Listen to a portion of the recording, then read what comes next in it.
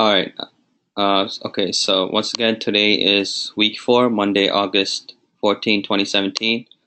And today, the goals for today will be to review everything from previous weekend. And once here, this is what we've learned so far, last 3 weeks of the course, right? Okay, so let's begin.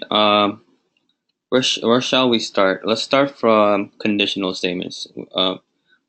Do any of you guys have problems with conditional statements? Would you like to for me to go over some examples?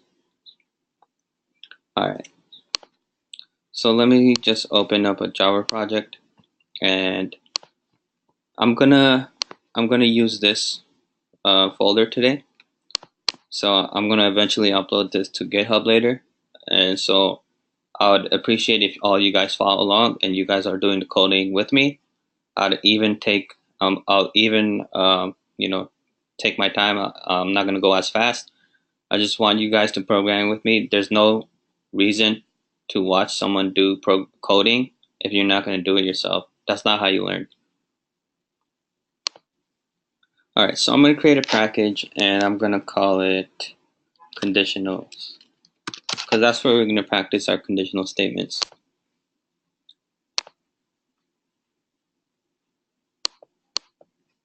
Yeah, I'll also talk about switch statement and enum.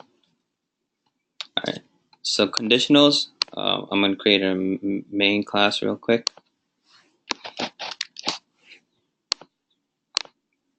All right, let's talk about the basic one, right? What's the basic one? The basic conditional statement is if statement. So what is an if statement? An if statement is basic. It speaks for itself. It's basically like using the modern day English language, right? For example, if if the if Team USA beat Mexico, right? Then they qualified for the U.S. World Cup. So that's an example of an if statement, right? Another example of if statement is that if Johnny eats too many candies, he'll get cavities, right? That's an example of an if statement.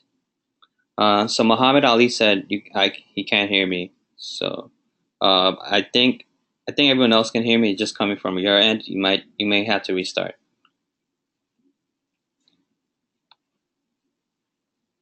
All right. So yeah, so those are basically if statements, right? So in Java, what are if statements? We use if statements if the condition if it holds true, then we're gonna go into the if body. So Muhammad Ali, can you still hear me? Yes or no? You may have to rejoin. Everyone else can hear me though. It's just you. It's just coming from your end.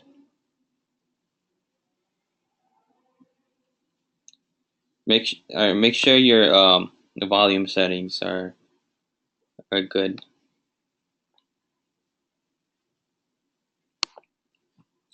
All right. So now let's look at an example for an if statement, a basic if statement. Yeah. So Muhammad, try and log out real quick. So let's say we have an integer declared 5, right?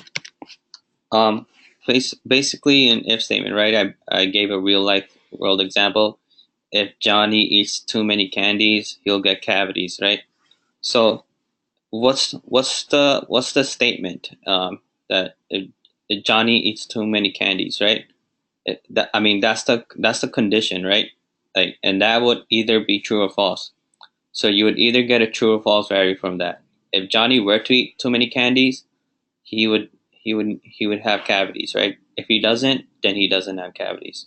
So that's what basically an if statement is. So here now I have, for example, in Java, right? I have an x integer initialized as 5. So now I want to write a statement that if if x is greater than 5, I mean if x, let's say if x is greater than 3, I want to print out x is bigger than 3.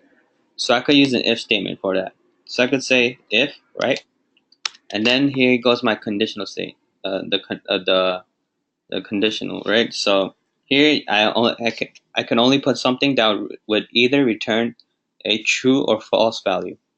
I cannot initialize something in here. If I were to initialize something, I would have to put it in brackets, and then I would have to compare it and see if it gives a true or false value.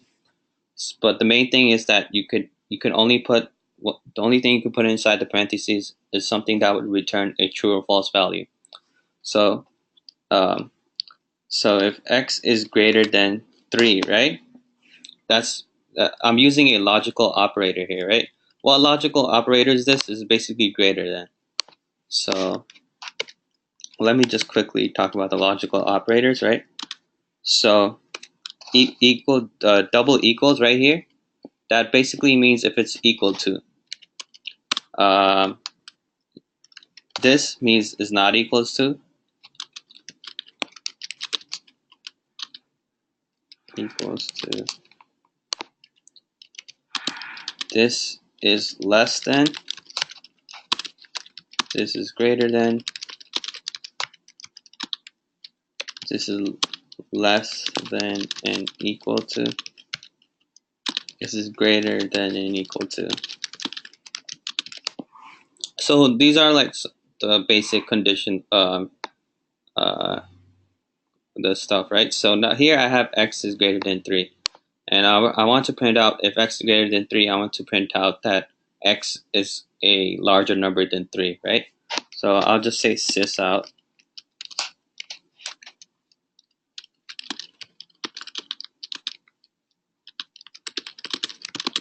Okay, so that's a basic if statement right here.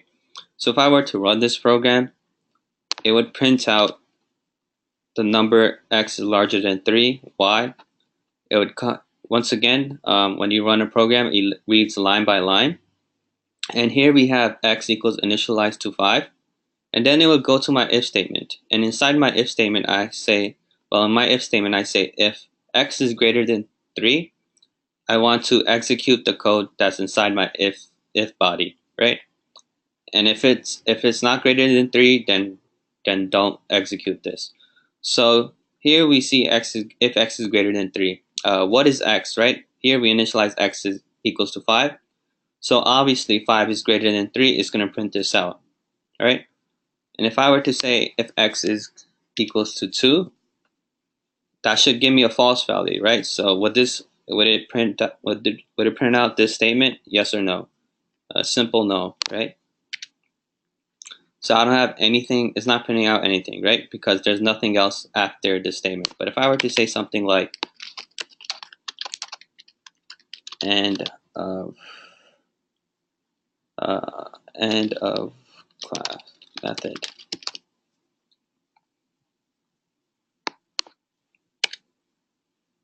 So you see here, you see here that in this if statement, if this value holds false, right? If this returns false, it's just gonna ignore this if statement and it's gonna move on to whatever the next line of code is. That's why you see it prints out end of method. But what do I do now if I want to say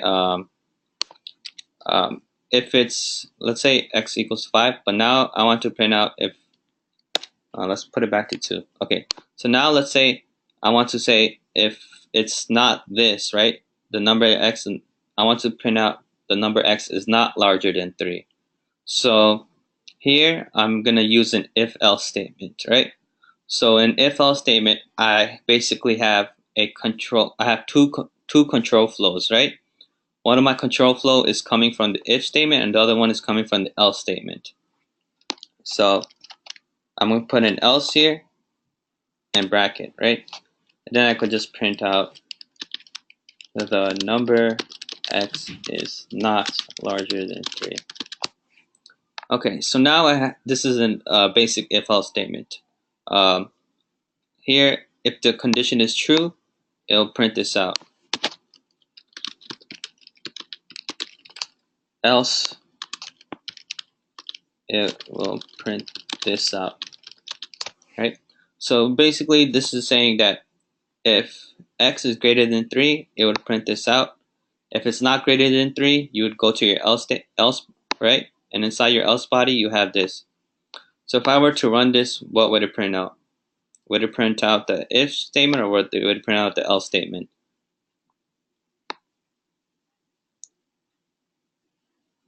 it would print out the else statement, right? So say the number x is not larger than 3, and then print out the end of method. So that's basically an if-else statement, right? Well, what if you want to have more than like two options, right? You want to have like another thing. So you could use another else if, right? So here let's just let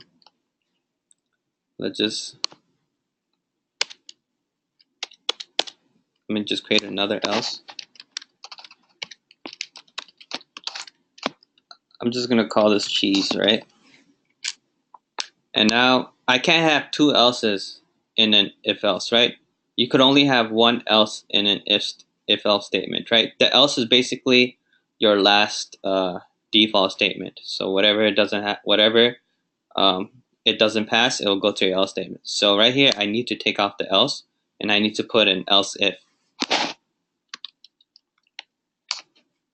So I could say if x is greater than 2, I could say this number is not larger than 2, right? Else cheese. So this is an example of if else, right?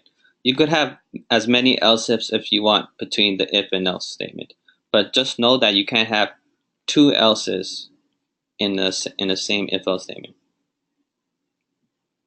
Yeah, for the if part, so basically it was like this, right? So you can't have an else, you can't have two else's inside an if else statement, so I'd have to use if else if right here, right? And then the if I have to put in the conditional.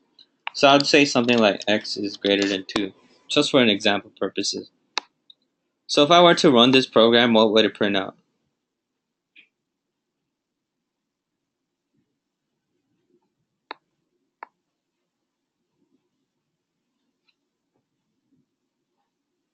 It would print out cheese, right? So cheese and then end of method. So you see that x is greater than 3, but we have x is initialized as 2, so this is false. So it's going to come to the next else if statement, right? Now it's going to check if x is greater than 2. Well, here we have 2x is initialized as 2, and you can't say 2 is greater than 2. That's a false statement, right? So now it's going to go to the else, which is the last part of this if else statement. It's just going to say print out cheese. And then once this is done, once this if else statement is done, it's going to go to the next line of code, which is basically this. So that's basically an if else if statements. So now let me just this.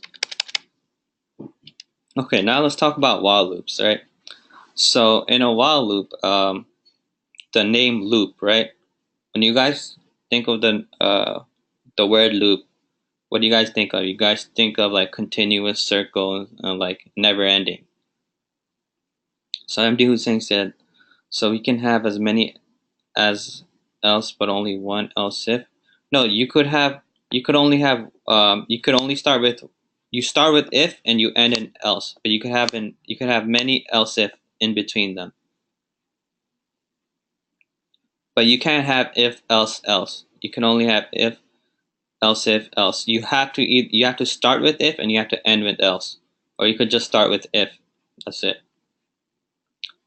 All right. So now let's talk about while loops, right? So a while loop is the word loop is basically it goes on continuation, never ending, right? Until you make a stop.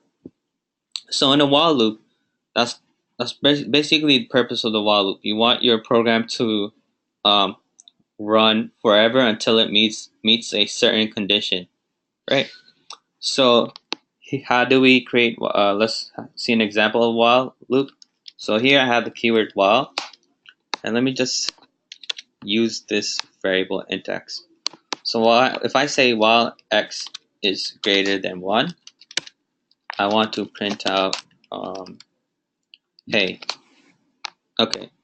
So if I were to run this program, what would happen?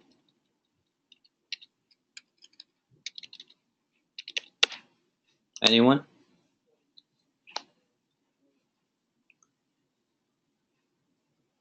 Remember, it's a loop, right?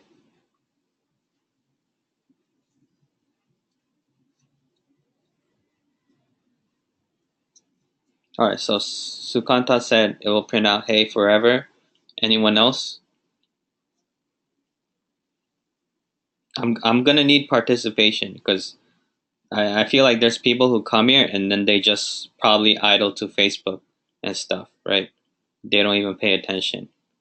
It's really important you guys volunteer and um, pay attention.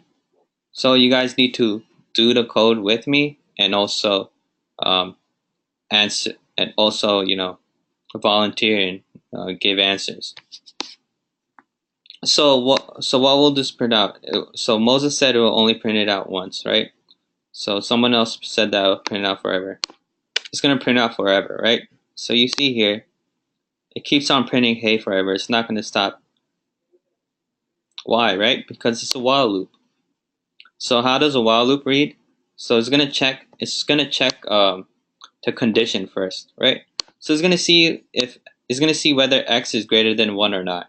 And here we have x is initialized to 2, and 2 is indeed greater than 1. So it's gonna print out hey. So once it's done, once the while body is done, it's gonna go back to the condition again to see if it's true or false. So x greater than 1, right? X is still 2. X hasn't changed. X is still 2. So if 2 is greater than 1, it's going to print this out again. Now it's going to go back to the condition again to see if it's true or false. X indeed is still 2, right? It hasn't changed. That's why it's important for your while loops to have a termination, right? You don't want your program to run forever, but there are some programs that run their while loops like forever, right? Basically, in some instances, like for example, you're programming for a 24 hours security camera, right? You want your camera to be on, so you're gonna use a while loop, and you're never gonna end the loop, right?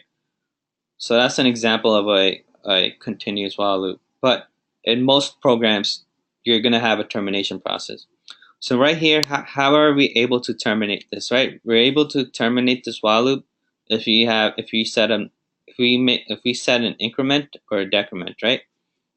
So let me just make this to 5, and now let me say x plus plus. So if I were to run this program again, how many times would it print out hey? Would it print out hey once? Would it print out hey forever, or would it print out hey on only a certain time? How do you undo in Eclipse? So it depends on what operating systems you have. So you could just go to File. No, you can go to Edit, Undo, but you could see the command, whatever the command is. So mine for Mac is Command Z. All right. So here in this while loop, we have an increments, right? So we're gonna run it. It's running it forever. You see that? Why is it running forever?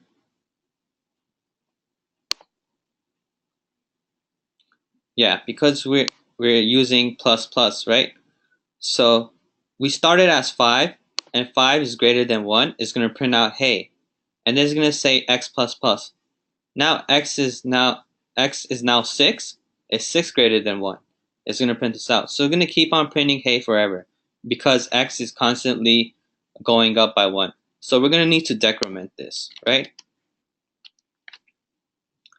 So now if you print this again, how many times would this run? It's printed out 4 times, right? You guys understand why it's printed out 4 times, because you start at 5. 5 is greater than 1, it would print out hey, and then x minus minus comes to 4, right? And then you go back to check if the condition is true, blah blah blah. So that's pretty straightforward for you guys. So it's good that you guys know the answers, right? So that's what a while loop is.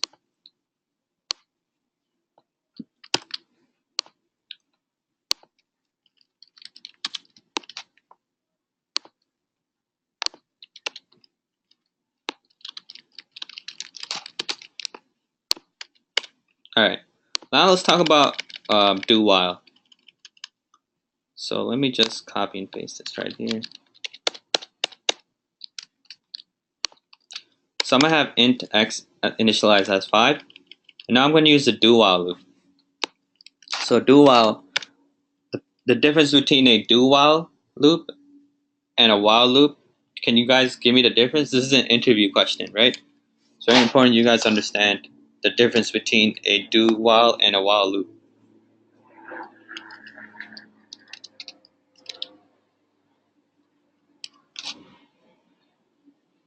Anyone knows the difference? This was basically a question that Mr. Mafibai asked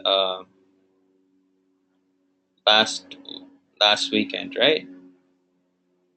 Last weekend's class. That's what he basically asked, the difference between a while loop and a do while loop. Okay, so let's say I print out what's up, right? Okay, so now let's look at this do while loop. So I have x initialized as 5, and now I created a do while loop that basically says do. So whatever's inside this bracket, it's gonna do this stuff, do this thing. So it's gonna execute this code, and then it's gonna check whether the condition is true or false. So basically, the difference between a while and a do while loop is that in a do while you're able to execute your code at least once before you check whether the condition is true or false. Whereas in a while loop, you check whether the condition is true or false first, and then you execute the code whether it's true. But here we're allowed to execute our code regardless if this is true or false. We can execute our code at least once, regardless if this is true or false. So if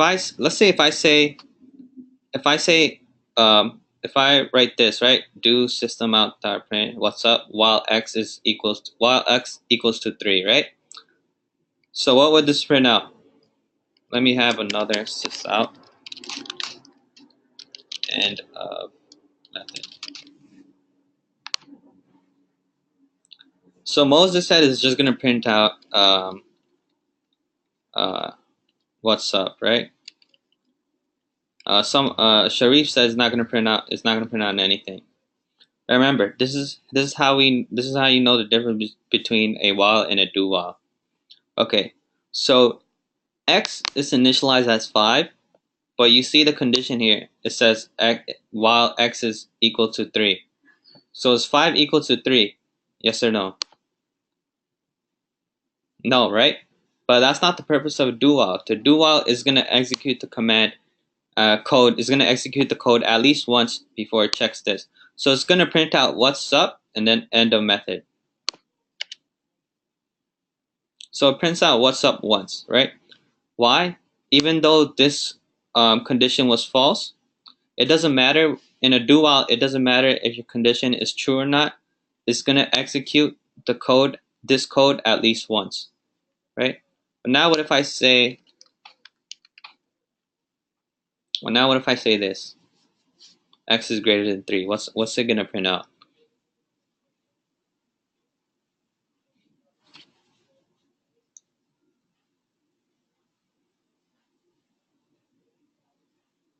All right. So let's trace it, right? It's very important you guys know how to trace code. If you guys are working in a big company and there's an error, it's very important you guys know how to trace. So this is a simple trace. So let's just start from here, right? So we see x is initialized to 5 in line 26, right? Then from lines 28 to lines 30, that's our do while loop. So it's gonna say do, and it's gonna print out to the console what's up, right? So it's gonna print it out at least once. Now it's gonna go to the while statement. And it's gonna check whether the condition is true or false. So is x greater than 3? Is that true or false? True, right? So it's gonna come back here. It's gonna print out what's up again. So now it's gonna come down to the while loop to check whether it's true or false. Is x greater than 3? True or false?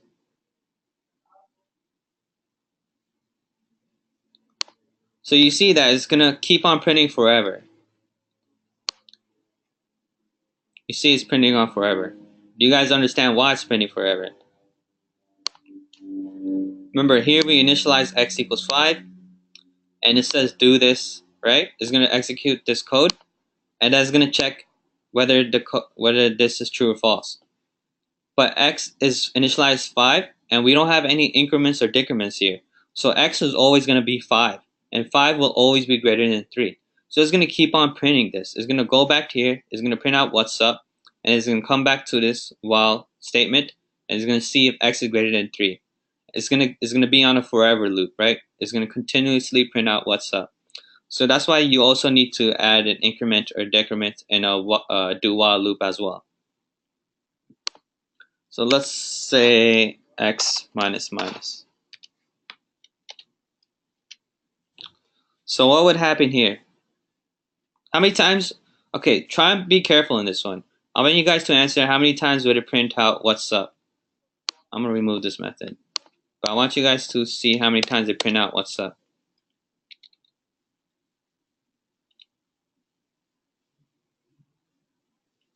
Okay, so Sukanda said 2, Nazmun said 3,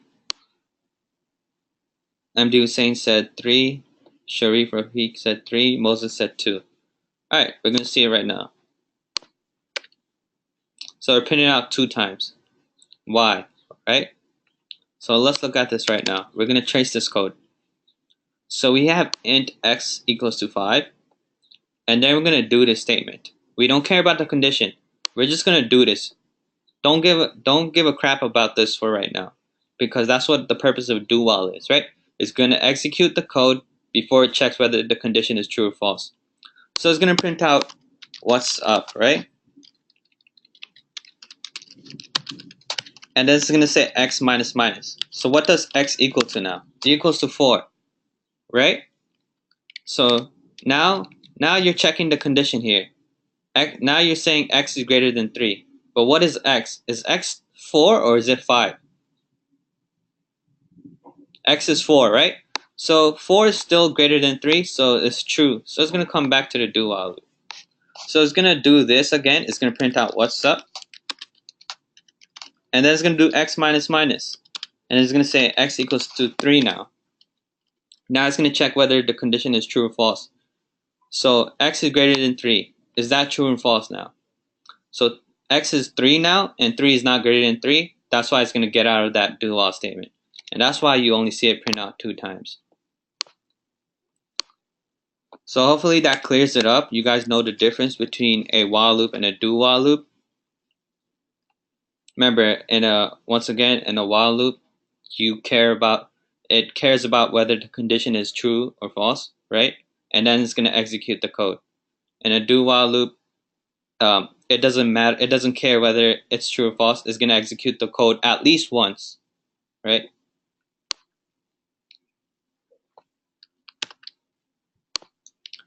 All right, so that was do while loop, and now let's talk about for loops, right? Okay, yeah, let me just introduce it right here.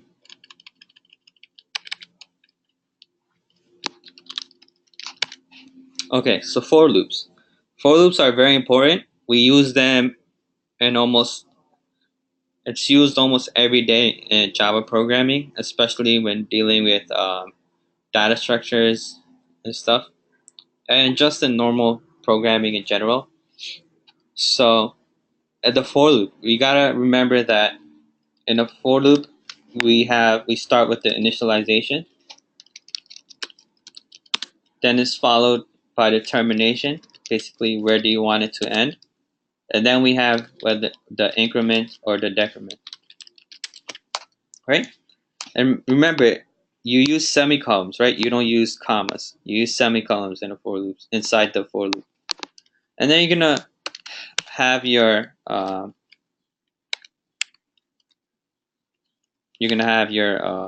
bracket right here, your open and close bracket, and then you're gonna have your code right here. So basically, it's called the for loop, right? Once again, what is the loop? It goes on continuous cycle. It's gonna go on forever. until you give it a stop, right? In a for loop, you're allowed to. It's mandatory to give it a stop. Why? Because it tells you to give the termination process. In a while loop, you could keep on going forever. They don't. You don't have to give a termination process. But in a for loop, it's required, right? So now let's talk about a simple for loop. So now let me initialize int x equals 10, right? Okay, so now I want to say, so now I want to do an initialization, right? So when you remember, what's an initialization? You guys got to understand the Java terms, right? We know what a declaration is. What's an initialization?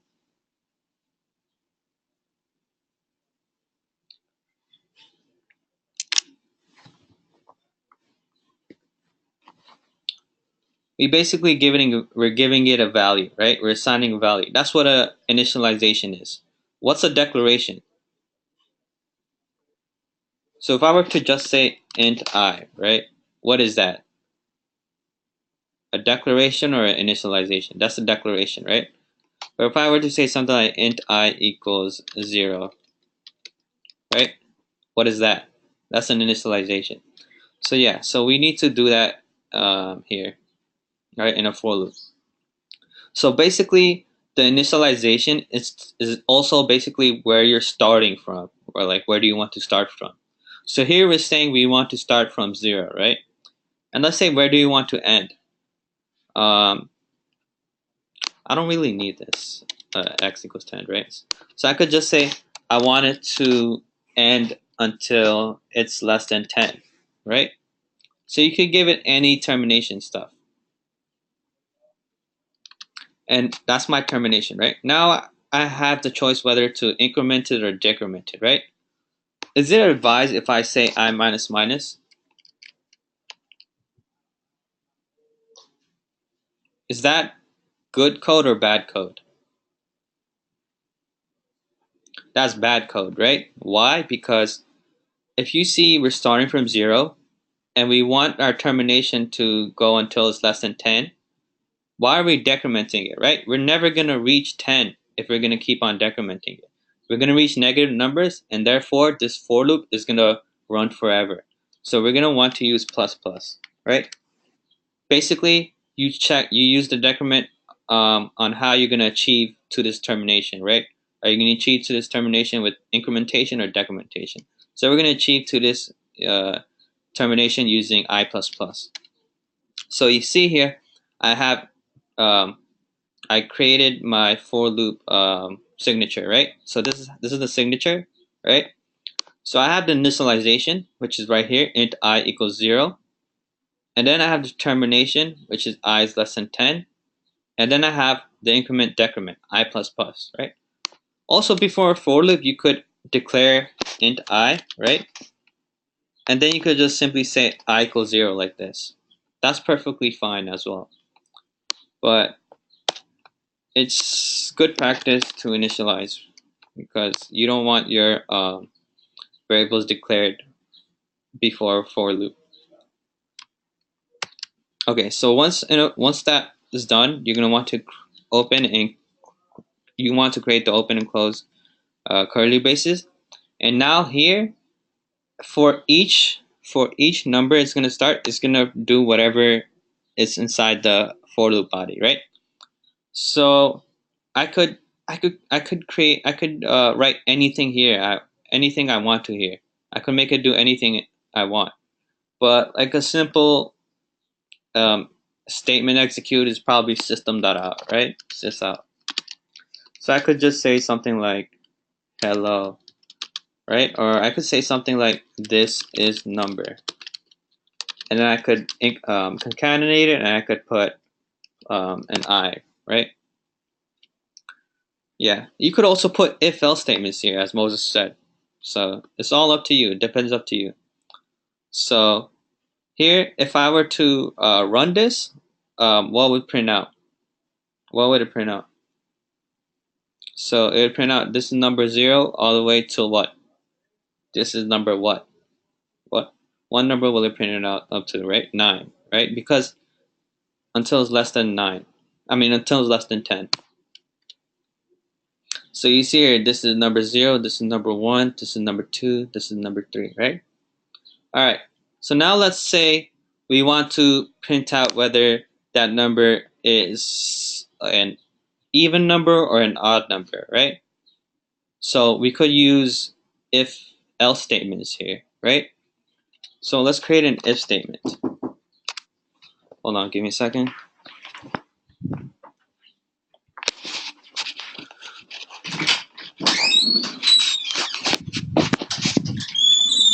All right, I'm back.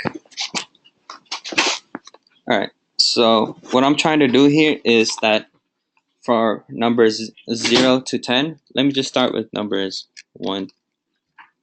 So from 1 to 10, right? I want to print out whether that's an even number or an odd number.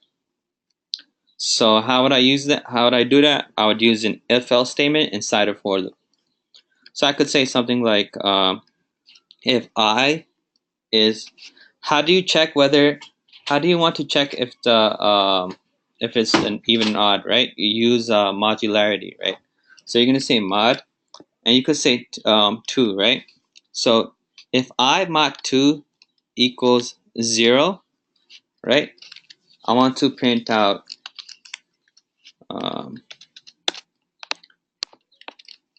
this just number, and concatenate it with I, concatenate it again, and say is even, right? So do you guys understand what I put inside this if statement? So ignore the for loop, right? Let's just think of the if statement. So we went over if statement briefly before, right? So here I'm saying if I mod 2 equals to 0. So basically when you mod 2, you're basically seeing whether you're seeing if whether the remainder is 0, right? So if you have an even number like 6 mod 2 would give me 0. Why? Because when you get 6 and you divide it by 2, the answer is 3, right? But what's the remainder? Is the remainder 0? Yes or no? Yes, right? So that's what this basically means. So if I mod 2 equals 0, then that's basically an even number, right? So if I was 10, 10 mod 2, what would that give me? It will give me 0, right? So don't get confused by mod and division, right? Mod is it basically checks for the remainder. So now I could use the else statement here, right? And I could just say sys out, right? And then number, and then I get I, and say is odd, right? Do I have to put an else if statement here? Yes or no?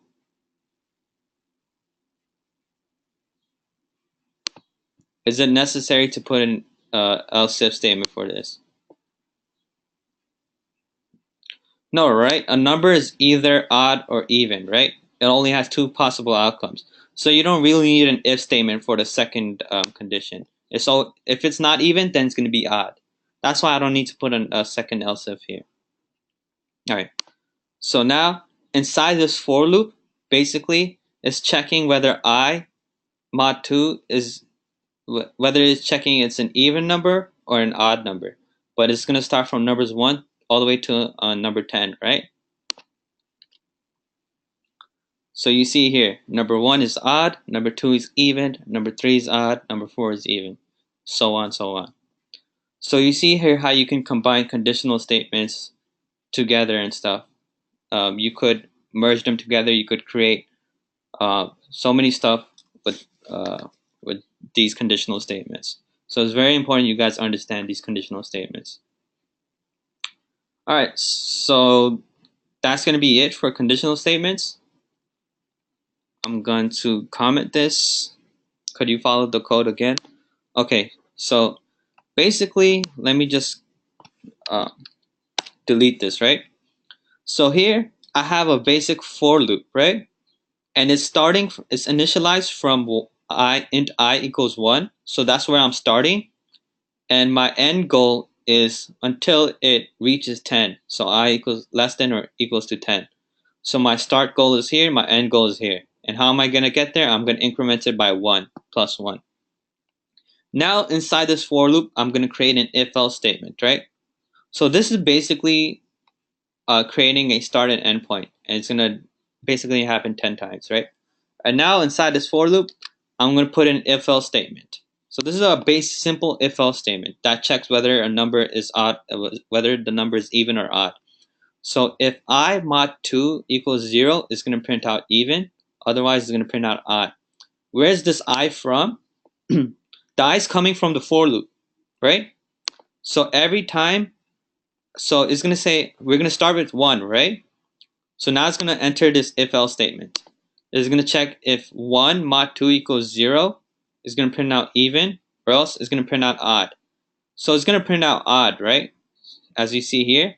So it's done with the if-else statement. Now it's going to go back to the for loop, and now it's going to say I plus plus, I is now 2, and then it checks whether 2 is still less than or equals to 10, and that's true as well. Now it's going to come to the if-else statement and see if 2 mod 2 is even or then odd, right? So that's what basically it's doing. So that's a for loop right here. All right. So we went over conditionals. What do you guys want to go over next? Buffer readers, file reader, scanner. You guys want to go over those classes? All right. So here's a key thing I want to make out, right? So let me just create a package. Wait, whoever's doing the code, do you guys want me to show you guys the window for a while, or do you guys have it already? I'll upload this to GitHub later so you guys can see the code. That's why I commented them out, so it'd be useful. So in the bottom, in this one, I talk about for loops, and then I talk about do while, and then while loop. All right, so Sukanto, I'm gonna show you your screen. So hold on, give me a second. Make presenter. Okay. Hello? Hello, can you hear me? Yeah, I can hear you. Okay. Yeah. I'm not getting 10 times. You see, maybe something wrong I have done here. Okay. So you have, first of all, the bracket. Let me run it. Yeah. Let me run it. Oh, yeah. Us. Yeah, it's good. It's good. Yeah, it's working. Oh, okay, good. Make Sorry sure. Yeah, make sure to fix the brackets, right? It's kind of hard to read. Yeah. Yeah, I'll do it. Yeah. Thank you. Good job. All right. So wait, is that it? That's it, right? Yeah. Thank you. No problem.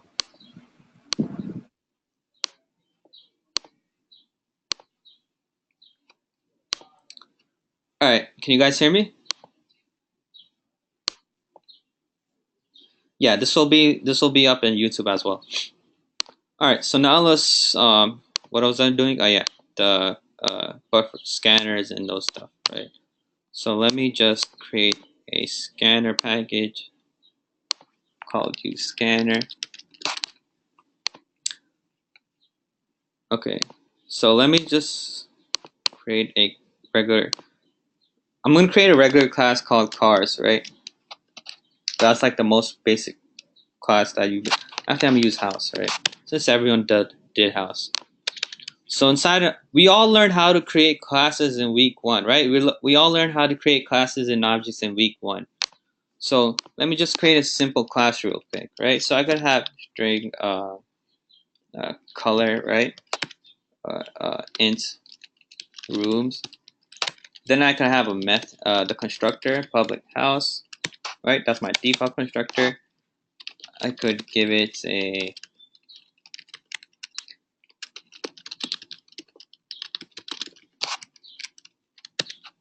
this dot color equals color. Also, guys, I'll suggest if you guys aren't keyboard savvy, I would practice learning how to type as fast as possible ASAP. You don't want to go into your workspace and they see you coding with like one hand, then they know you bullshitted your way because you know use two hands, right? I see people using one hand, so that's not gonna help. And I'm gonna have a public void say sleep.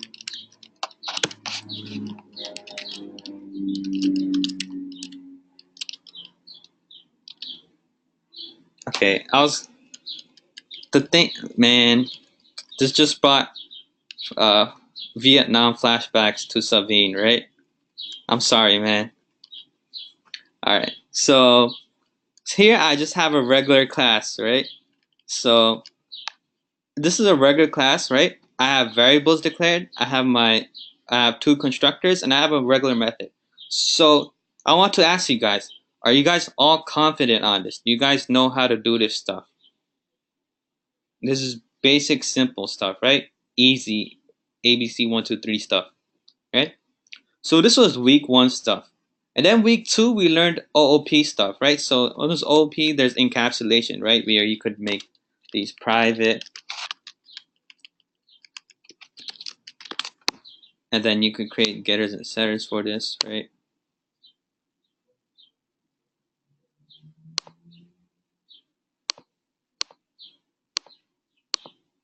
Okay. And, it could extend, like, we learned about inheritance, right? So basic, all those OOP stuff, right? We learned that in week 1 and week 2, right? So we made our own classes and we created our own methods, all those stuff, right? Now the question is, all right, so now let's say we want to read from a file. We're gonna have to create we're gonna have to create a class that's gonna read an input file. But the thing is, there's already classes in Java that do that, right? There's no reason for us to do the hard work all over again. There's these there's already classes created for us. So Machine said, I have a question: when to use getter and setter method and when to use only simple method? Once again, it's all up to you, the programmer. It depends how you're programming, what do you want your code to be. If you want to access information of your object, then you would use getters and setters. Otherwise, you wouldn't. So honestly, it's all up to you. All right. So this is a basic class, stuff from week 1, stuff from week 2, right? And if I were to create a class, right?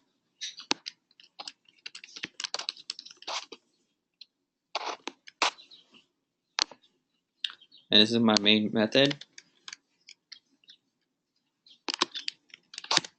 Okay. And if I were to use a class and I want to create something that would take in a user's input and then store the variable there, right? I would need to create a class and write all those methods and stuff. And for like you know like rookie programmers like us and stuff, that would be pretty difficult to create.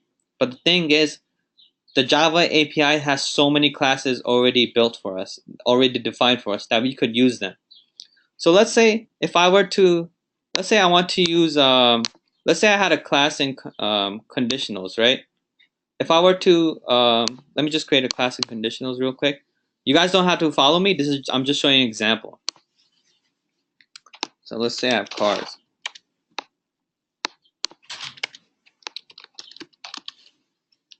You could use constructors to set the values of your object, but you can't use constructors to get the value.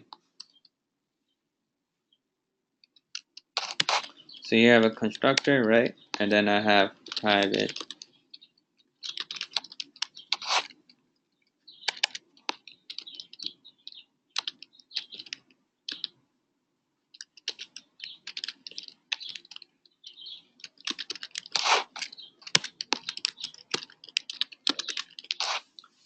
Okay, and I could have another method, right?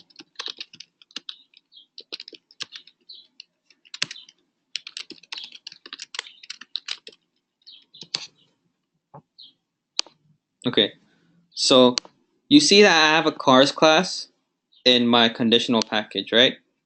And I'm in my use scanner package, and I'm in my use scanner class. So if I want to use this cars object, right, I would need to import it, right? Since it's from a different package, it's not under the same package. If it was under the same package, I wouldn't need to import it. But here it's in a different package, I need to import it. So you can see that if I were to say cars, Toyota equals new cars, I'm gonna get an error, right? It's gonna tell me I need to import cars. And you'll see here it says conditionals, right? Conditional is the package name. You see my package name here is defined as conditionals, and you see the cars class here. So if I were to import it right here, you see that it imported conditionals.cars. So conditionals is my package name and cars is my class name, right? Now I'm able to use those methods, right? So room right here. If I were to run it, I could use room. So why am I showing this example? The reason I'm showing this example is that's how we're going to use other classes, right? That's how we're going to use buffer reader, file reader. That's how we're going to use scanner classes. That's how we're going to use all these different classes from Java. Same thing, right? So let me just delete this. So if I want to use the scanner class, right? Let me save it. Okay. So if I want to use the scanner class, right? Another issue I've been seeing from the weekend class is that when we want to use classes, I've seen some people they have their class name as scanner, and then when they create a scanner object, they're getting an error. But it's because they have a class called scanner, but they're trying to import scanner, and they're trying to create a scanner object. You can't do that. So it's very important you don't use those same names, right? Use different names. So Muhammad Alam, you said you mean different package and different class to work together. If it's not under the same package, you don't need to import it. If you want to use a class from a different package, you need to import it. You're gonna see an example here. So let's say we want to use scanner class, right? First of all, what is scanner? Do you guys know what a scanner is? It basically gets the user's input, right? And then yeah, it's basically basic IO stuff. And this is why Mr. Mafi advised you guys in the first week of Java, or I think it was the second week, but I'm pretty sure it was the first week. The first week of Java in the Java course, he told you guys to look at 5 different APIs from the Java API thing. That's how you learn programming. That's how you're going to learn how to build frameworks, right? Just like looking at APIs. So let's look at the scanner API. So simply go to Google. I can simply type in scanner Java API, right? And you see it's from Docs Oracle. That's the Java API, and they have all the information about the class scanner. You guys may think it's confusing, but this is simply in a class like how we made cars, right? When we made our cars class, this is another class, but it's called scanner, and it has all these methods and constructors like defined for us. And if you scroll down, you see that you could see like the the constructors right here. It shows you the constructor summary, basically what kind of constructors you can use to call the object. Use to create the object. It also shows you all the methods, right? So in this scanner class, we could use all these methods here. And if you want to understand what these methods do, they have a description down here that break it down for you, right? So here they're breaking down the constructor. So you see here the public scanner, it takes in a readable source argument, right? And it says it constructs a new scanner that produces values scanned from specified source, right? And then they say what the parameter is, right? So that's constructor summary. When you scroll down, you can see method summaries as well. So method details, right? Public void close. It basically closes this scanner. If this scanner has not yet been closed, then its underlying readable also implements the closable interface. Blah blah blah. It explains everything in the API. So that's why Mr. Mahmibai asked you guys to, in the first week, to look at 5 different APIs, right? He also assigned you guys a homework, right? What was that homework? To use 25, 35 different methods of string. Let's look at the string class, right? String Java API. You guys need to understand the string class methods, right? But I'm not going to go over it since it was homework. I expect you guys to do all the homework and you guys should know it, right? But these methods are very important. We're gonna be using this in Selenium when in our framework as well. These basically help us. So it's very important to understand the methods and understand what the methods do. So right now we're using scanner, right? So in the scanner you can see the constructor. Let's look at the constructor again.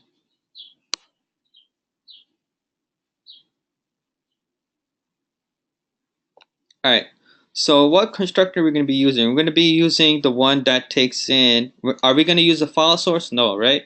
We're not going to use this either. I think the one that we're using is input stream source, right? Basically system.in. So now let's create a scanner object. So once again, it's almost like creating a class, right? It's like creating a cars object, right? The same thing as using objects from other Java classes. So I'm going to say scanner, and I could say se equals new scanner, right? First, but now it's going to give me an error, right? It's going to say to import it, right? So I'm going to import it. Now it's giving me another error, right? It says that I need to, the constructor scanner is undefined. So if you see here, what kind of constructor is this right here? What kind of constructor call am I doing right now? That's a default constructor call, right? But if you look at the scanner class, there are no default constructor calls. So that's why I'm getting an error. I'm supposed to use one of these. So I'm going to use the system.in, the input stream argument, right? So now you see I'm not getting error, but I'm getting a warning, right?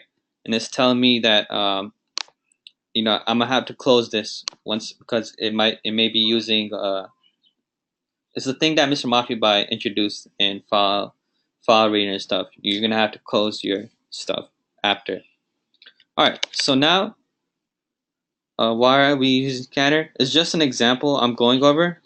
That's what Mr. Mafibai went over this weekend, but we also went over this like 2 weeks ago. But that's why I'm gonna go over this real quick. So now I create a scanner object called SC, and now let's say I want to like ask for the user's name, right? So I could just say sys out. I'm gonna say what is your name? Okay, so right now I'm basically asking the user. I'm saying what is the name, and I want him to input something, right? But the thing is, I'm gonna need a variable to hold this input. So I'm gonna create a string input right here, or I could say input name, right? And then I'll use that input name equals sc dot next line, right? Why am I using next line? I'm using next line because I want to get the name, so they're gonna write a string, right? If I were to ask them what their age is, I'm gonna say I'll declare this as an integer, and I would say input age equals sc dot next int. Yeah, so getting info from user inputs, we use scanner. That's like a basic input output like stuff. Get it? So now it's gonna. So now when we ask their name, they're gonna have to fill it out, right? And whatever they type in their keyboard, it's gonna be held inside this variable, right? And now we want to say what? Now we want to system that out and say, hey, and I'm gonna concatenate this, right? So I could say something like, hey, what's up, right? Concatenate it with the input name. And I could say, my name is Fahim. So do you guys see what I'm doing here? I created a scanner object, and then, so once I create a scanner object, I ask to the console, what is your name, right? So I want them to type in their name. But the thing is, I'm going to need a variable to hold that name value. And that's why I declared a string input name. Then I said input name equals sc.nextLine. Next line, basically, it will whatever string they enter. That's what it's gonna fetch, right? And it's gonna put it. That's what my input name is gonna be initialized as. So if I were to run this program, it's gonna say, "What is your name?" I could say something like John, right? Hey, what's up, John? My name is Fahim. So that's a simple scanner code.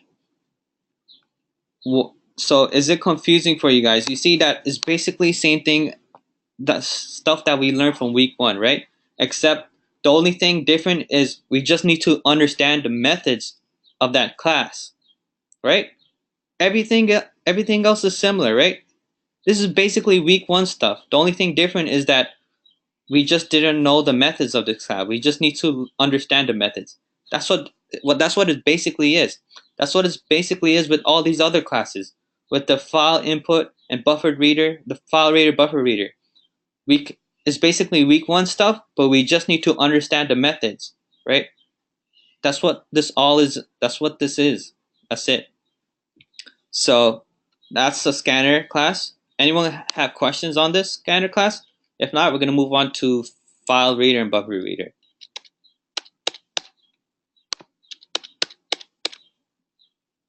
All right. So I'm going to close all. All right. Now I'm going to create a new package, and I'm going to call it reader. All right. Hold on. Let me go back to my scanner class. I forgot to close it, right? So sc.close. There you go. Now my warning is gone.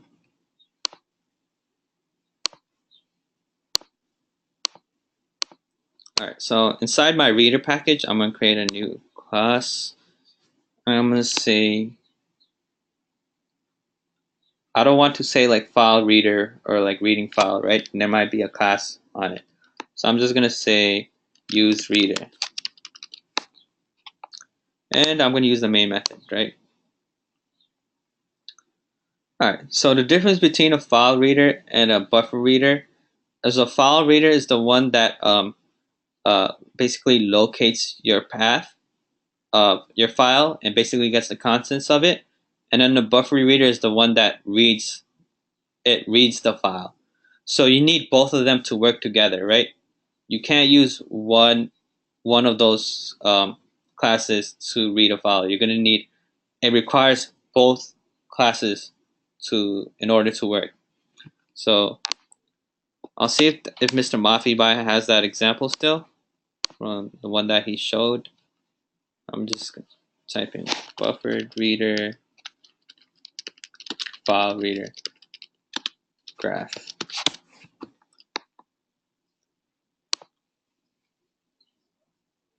Okay, nope. Picture. Yeah, so it's basically this right here, right?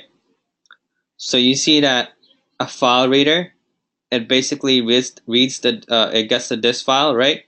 And then once it gets it, it's gonna then the buffer reader is gonna use it and it's gonna upload it to the Java program. So you're gonna need both of them. You're gonna need both of those classes to read a file. So once again, we're unfamiliar with the methods, right? We don't know the methods of file reader or a buffer reader. So what should we do? Should we like go to YouTube videos and look at the methods? Yeah, you can do that, but there's another way, right? A better way. You just look at the API, right? So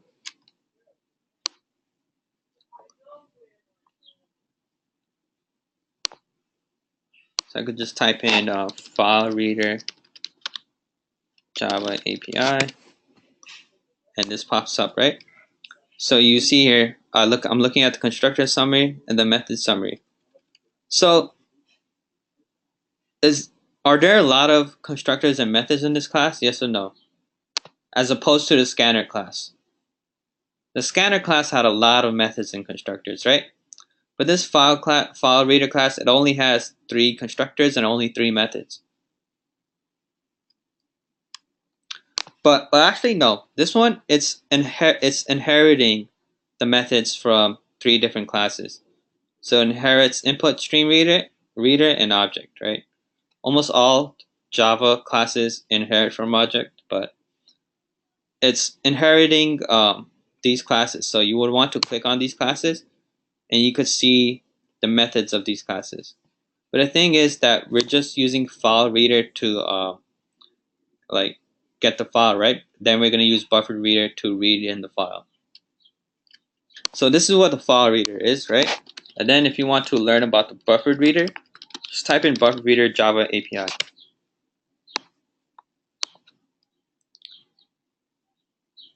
It has 2 constructors, right? It takes in a reader and a size. And these are the methods, right? You have the close method, you have the read line method. We're going to use the read line method, right? So it says it reads a line of text. There's another read method. It says reads a single character, right? Here skip, it says it skips characters. There's mark, right? Marks the present position in the string, but we're only gonna be involved with read line and close, right? So we're only dealing with 2 methods of this class. All right, so now let's go back to our program. All right, so once again, it's simple, right? It's simply like creating a cars object, right? We're using a class from a different package, so we're gonna need to import it, right? You can import it manually, or you could just create the object and then hover over the arrow and just import it. So first of all, what do we need to create first? What object do we need to create first? If we're trying to read, if we're trying to read a text file, right? We're using a buffer reader and a file reader, right? But it's very important to know like what you have to set up first, right? So if a buffer reader uses a file reader, what should be initialized first?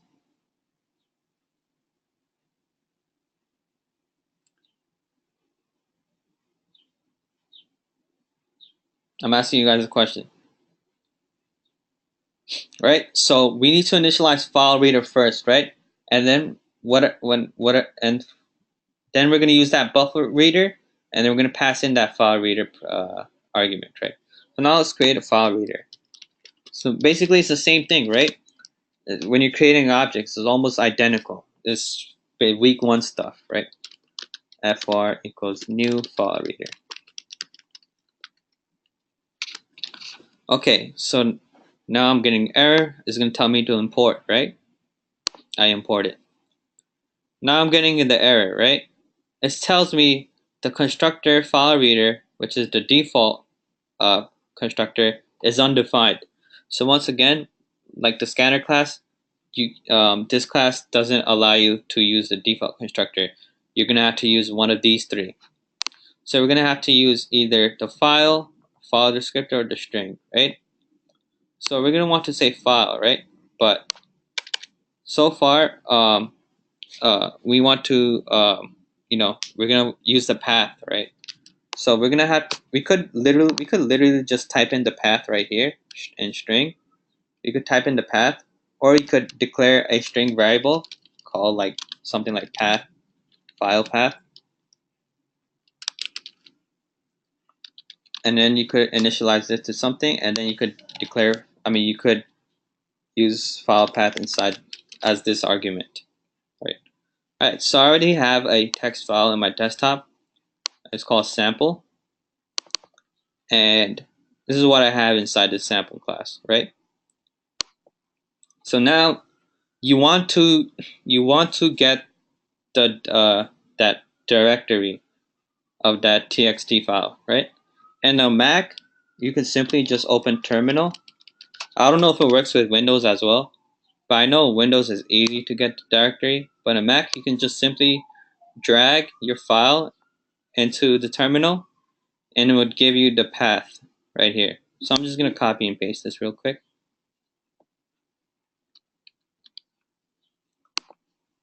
So I copied it, right? And I'm going to paste it right here. So that's my file path right here. Okay, so now I have my string file path, and this is my file path right here. You saw how I got my path, right? I think it works for Windows as well. Let me know if it works for you guys as well. So if you're working with Windows, just open command prompt and just drag your file into command prompt and let me know if it works. Otherwise, you could also right click and properties on Windows and you could get the source and file path as well. But for Mac, it's easier for me to just drag it to terminal. I don't know if it works for Windows. Oh, it works on Windows? Alright, that's great. So that was like a good shortcut. Yeah, it works on Linux. Oh yeah, that's true. It should, right? Okay, so you see in my Mac, I don't have double slashes, right?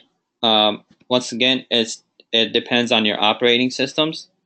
In the Windows, you'll probably see double slashes. In the Mac, you probably won't. It depends on what Eclipse you downloaded and like what operating system you have. All right. So how to get the path, right? If you're using Windows or Terminal, if you're using Windows or Mac, just open Terminal or Command Prompt. Right. So for Mac is Terminal, and all you have to do is just get a text file, whatever text file you're trying to read, and just drag it into Terminal, and it's gonna print out the it's gonna show you the path.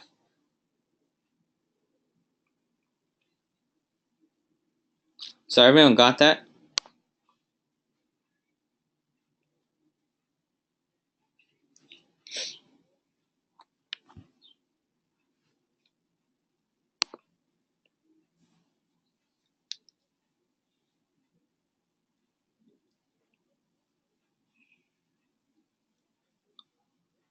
Does this work? Eclipse file? I'm not sure. I don't think so.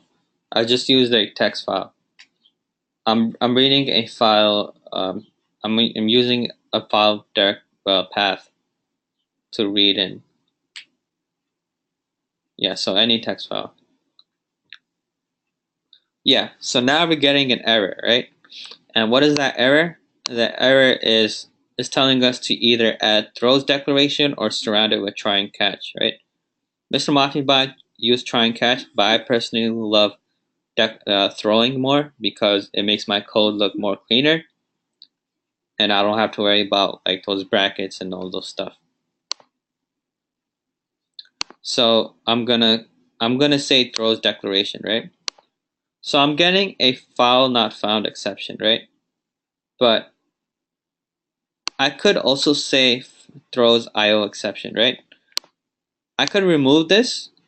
I could remove this stuff right here and just say star like this. Do you guys remember what the star means?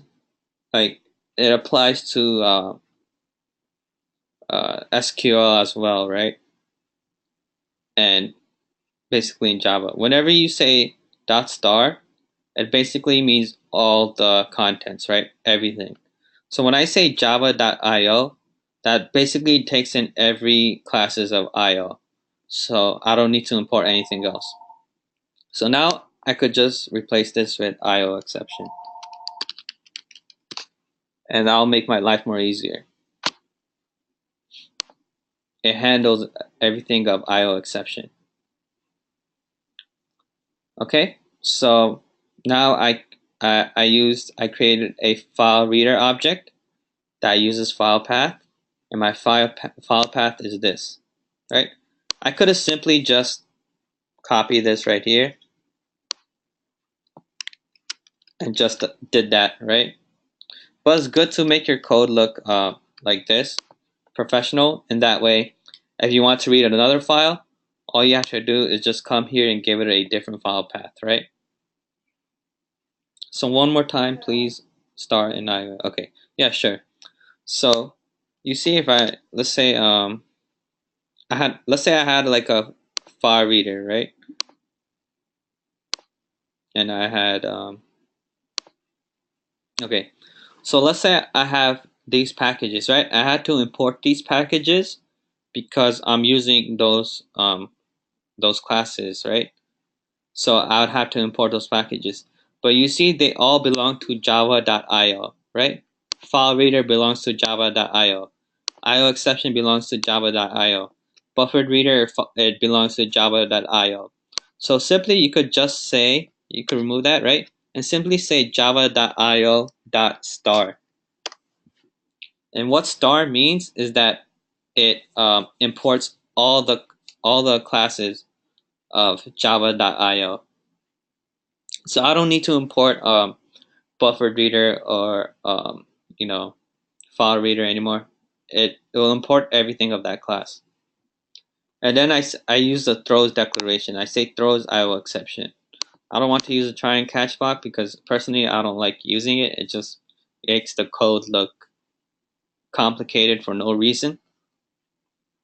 Alright, so here I have a file reader object called fr and takes in my file path. Correct? Now what's next? What's next after this? So I have the file path of my file so far. Next I want to create a buffered reader, right? So I could just simply say buffered reader br equals new buffered reader. Alright, so now you see I get an error, right? That error is because a buffered reader does not use a default constructor.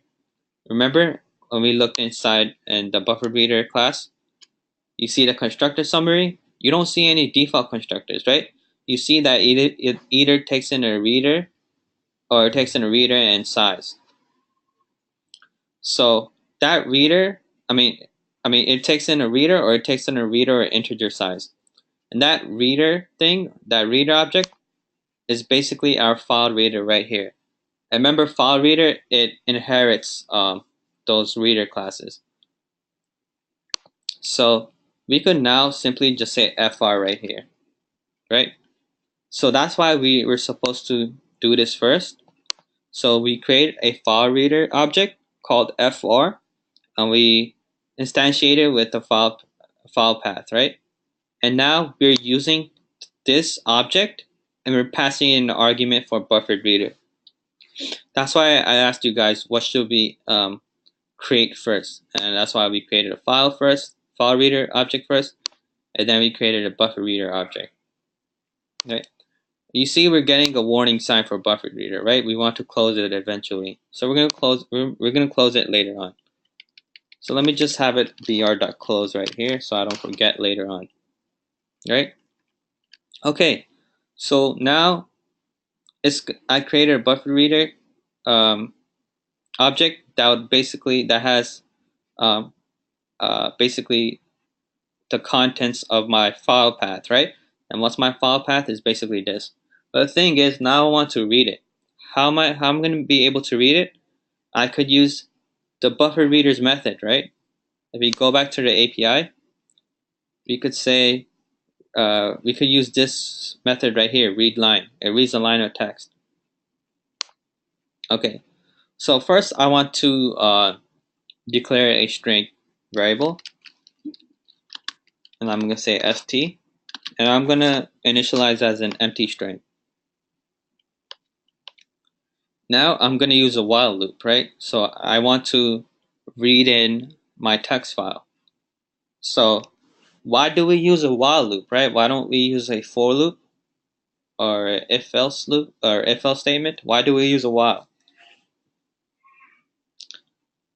Anyone have any ideas? All right. So the reason we use while is that when we're reading something, right? We want to read a file if it contains words or not, right? And when do we not want to read a file? when it's empty, right? And then it's pointless. So we could just simply say while if it has while it's not null, basically while the thing is not null, we want to read it. Until it's null, we're gonna get out of the while statement. So do you guys understand why we use while? So when we're reading something, we want to read something until until it's null. So MD Hussein said, please can you again tell about FR line 13? Sure. So line 13 right here. Once again, in order to read a file, you're going to need both classes of these. You're going to need to use both file reader and buffered reader. You cannot read a file if you don't use both of these two. And that's how they work, right? Remember in that picture I showed, the file reader, it looks at the disk content, and then the buffer reader uses that file reader, and then uploads, and then he outputs to the Java program. It's this same thing. Just think of these guys as like teammates right here. They work together, right? First, the file reader does his stuff. He gets he creates an object of the file path, and then the buffer reader uses that file reader object to create a buffer reader object. So does that make sense? So you see here br equals new buffer reader, and the argument we're passing here is that the fr object right here. So why did we create string st equals an empty string, right? Why did we initialize a string empty string? So basically, when we want to read the file, right, we're gonna want a variable to hold those words that are coming out of the text file, right? So that's why we created a variable that's type string, and it's empty right now. There's no strings inside it, and whatever strings we get from the file is gonna store it into st, and then we're gonna print out st basically. All right, so now we're gonna use the while loop, right? Can I initialize something in the while loop? Yes or no?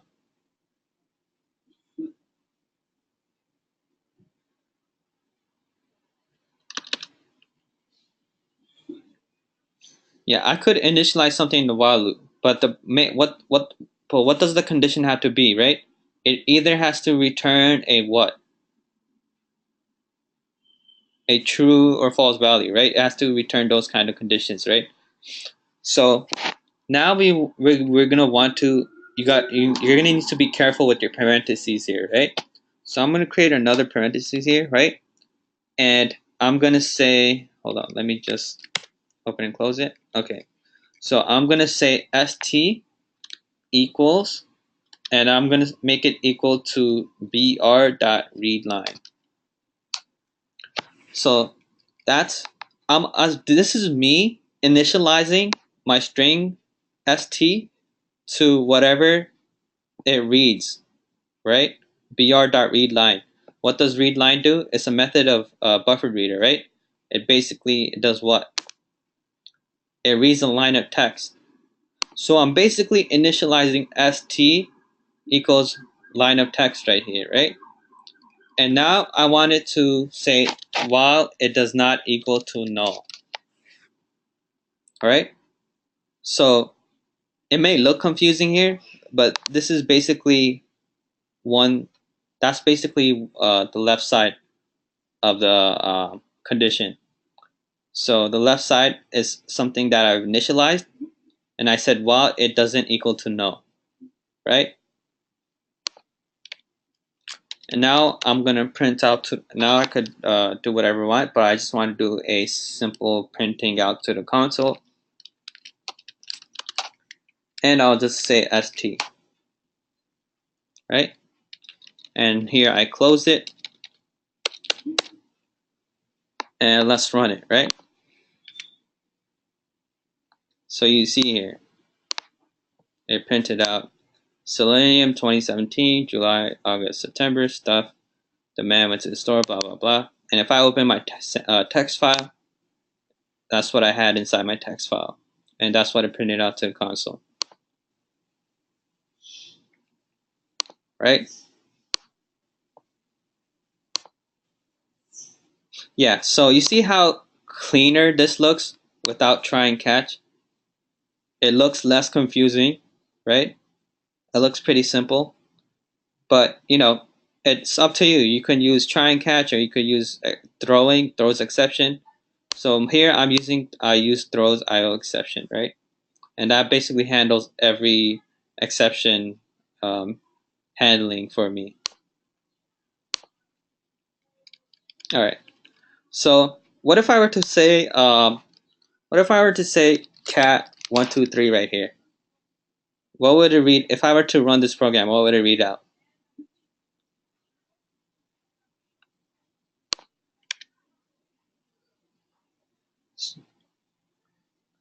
So it doesn't print out anything, right? So while string equals cat123, and then it says, but it doesn't matter, right? Because here we're overriding the variable here. I mean the value here. So now st equals to br.readline. So it doesn't matter what you put here, but it's good to keep it empty. All right. So that's we're done with file reader and buffer reader here. Do you guys want to break now, or want to break at like 8:05, like during Maghrib time or something? You guys want me to continue? Hey, should I continue now? Yes or no?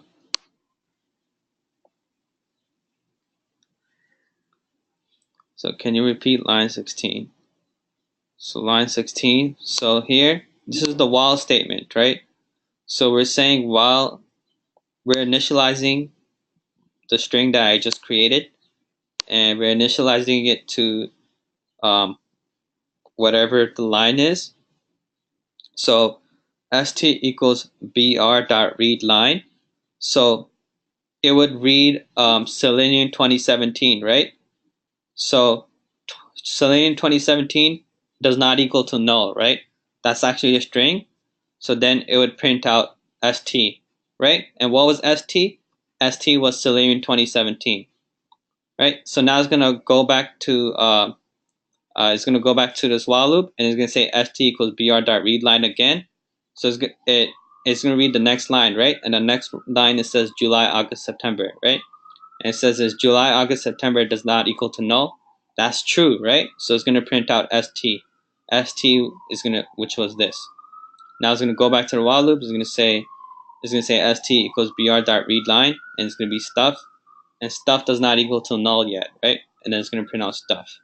Now it's gonna go back and it's gonna read the sentence, and that doesn't equal to null yet, so that's still true, and it's gonna print out that sentence. Now it's gonna go back and it's gonna read the next line, but the next line is empty, right? So it's basically null, so it gets out of the program of the while loop. Yeah, no problem. All right. So that was reader class. Okay, so you're skipping pretty much everything except the file reader text. Hey, what do you mean?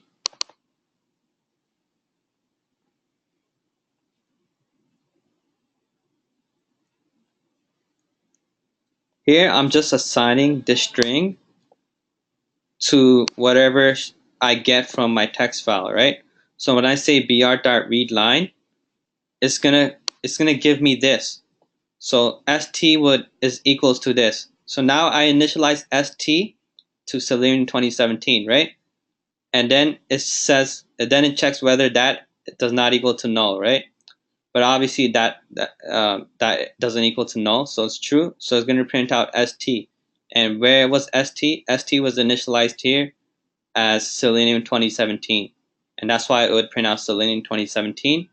Then it's going to go back to the while loop, and it's going to read the next line, right? br.readline. St equals br.readline, and it's going to read this next line right here, and it's going to check whether it's null or not.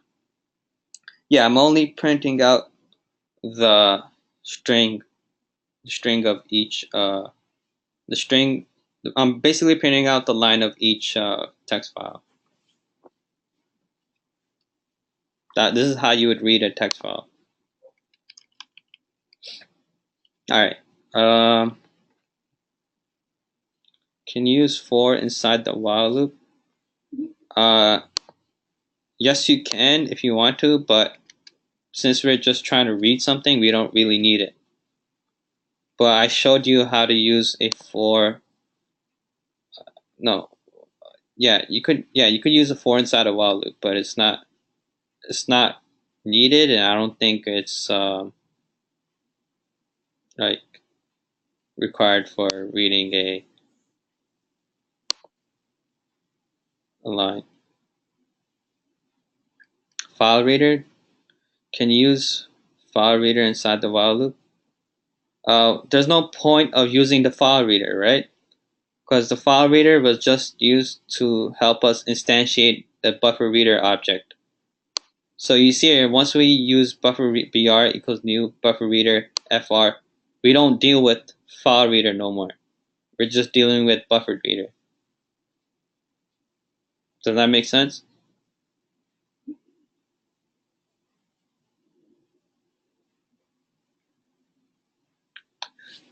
Yeah, so yeah, exactly. So you gotta make sure your text file is like, formatted. Because when I was doing this example, I was using TextEdit, and this is by default a RTF extension, and I would have to change it to I had to make it a plain text to make it .txt file. So that gave me a headache. All right, so should I continue to the next topic right now?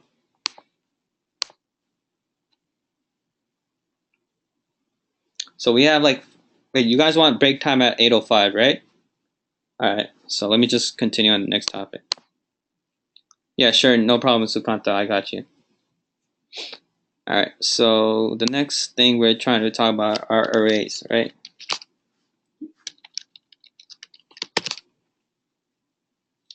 We end at 9, or like 9, 5, 9, 10, or whatever.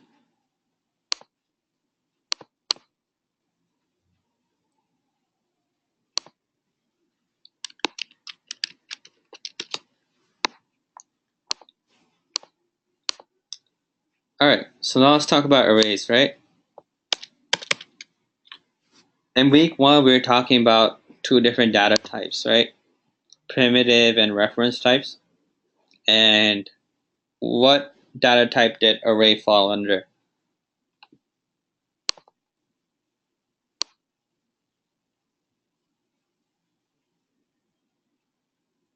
Reference, right? All right, so no, it's all good. So why is it a reference type, right? When you think of a reference, you think of it referring to something, right? So when you create an array, right, it basically creates an object inside in the heap, I think, and whatever it has addresses and stuff. So all those stuff you gotta learn for a data structure. So if you guys were doing your homework, you would probably understand it, but I would need to brush it up on that as well. But an array can hold a set amount of data, right? So if I want to declare an array, right? So I could say my array like this, or I just say list of students. So this is a declaration, right? Once again, I'm not initializing it to any values. You guys need to understand your keywords in Java. Here, I just declared an integer array. Now I want to initialize it, right? There's 2 ways you can initialize an array. One way is to simply just declare the size. I mean, you could give the values first, right? So you could say new, oh no, not new. You could just say like you could say, oh no, if it's students doesn't make sense. I'm just gonna say list of numbers. So I could say something like 0 to 22, 11, 19, -5, -6, 2, right?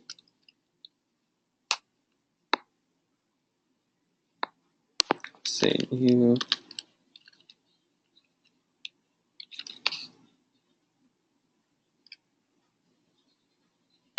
Okay, I'm screwing something up. Give me a sec.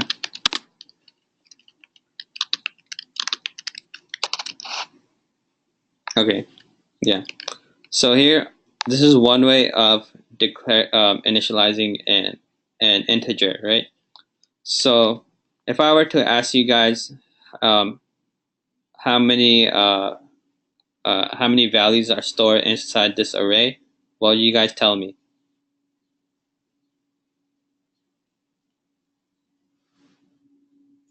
So how many values are stored into this array is 3, right? So I have 1, 2, and 3. So that's 3 values, right?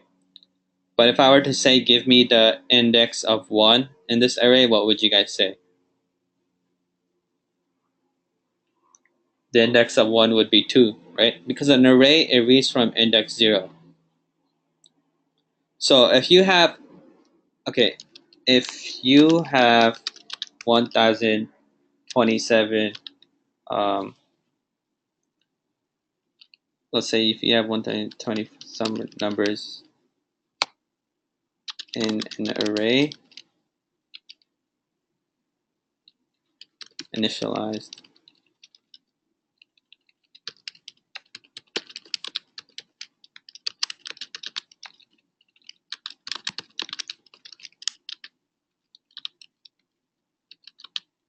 how many indexes are there, right? So if you have 1027 numbers initialized in an array, how many indexes are there? What's the highest index, right? The highest index is 1026, right? So you just simply subtract it by 1. So now so let's just print out to the console, right? List of nums. If I want to get the array of index 1, it's gonna print out 2, right? Why? Because it starts from 0. So this is index 0, this is index 1, and this is index 2. Let me just give this a different variable, just a -5, right? So if I were to say, give me the index of 0 now, what would it give me?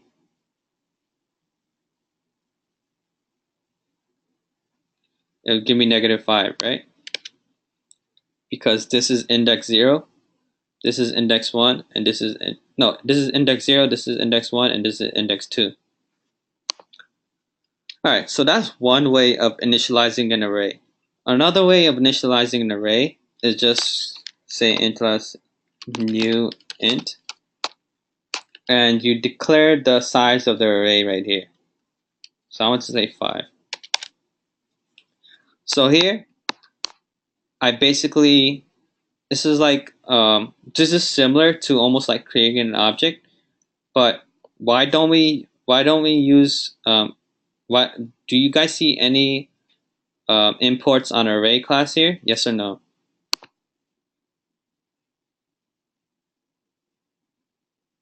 No, right? Why don't you guys see an array import?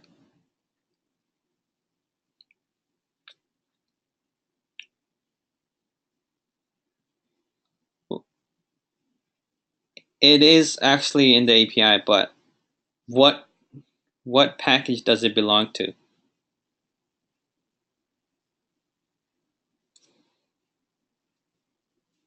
Now we're gonna see. Remember, this is why the questions that Mr. Mafibai gave are very important, especially during the weekends, the quiz, right?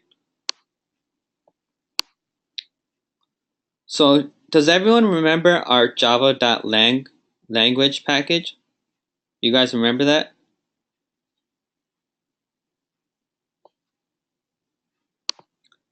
Remember how it's automatically imported and we don't need to import it?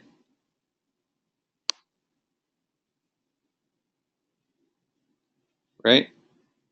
So the array stuff are is they have array here, they have class, they have enum, they have math, they have long. That's why you don't need to import it, right?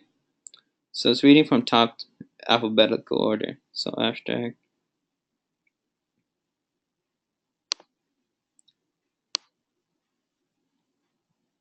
Oh no, it has to be integer, right? Int. So they have it declared in. So if I were to say int array, they have it declared in the integer class, and that's where they define the integer array. If I were to say string array, they have it defined in the string class. So that's why it's automatically imported, and we don't have to import it, right? We don't have to say import like integer.array or those kind of stuff, because it belongs to the Java.language package. And as Mr. Mafibai asked in the questions, right, from the weekend quiz, do we need to import Java.language? And the answer was no, because it's automatically imported. That's why you don't see us importing integer or string or like math or anything. It's automatically imported. All right, so this is the second way of initializing an array, right? So the first way is just giving your like hard coding. Well, you're giving the values inside the curly brackets, and the second way is where you declare a size. So the size is the size of this array is 5. So it will hold 5. It will hold 5 values. So if you were to assign those values, right? How would we do that? So let's say I want to assign um, 0, 1, 2, 3, 4. Actually, 2, 4, 6. How would I do that?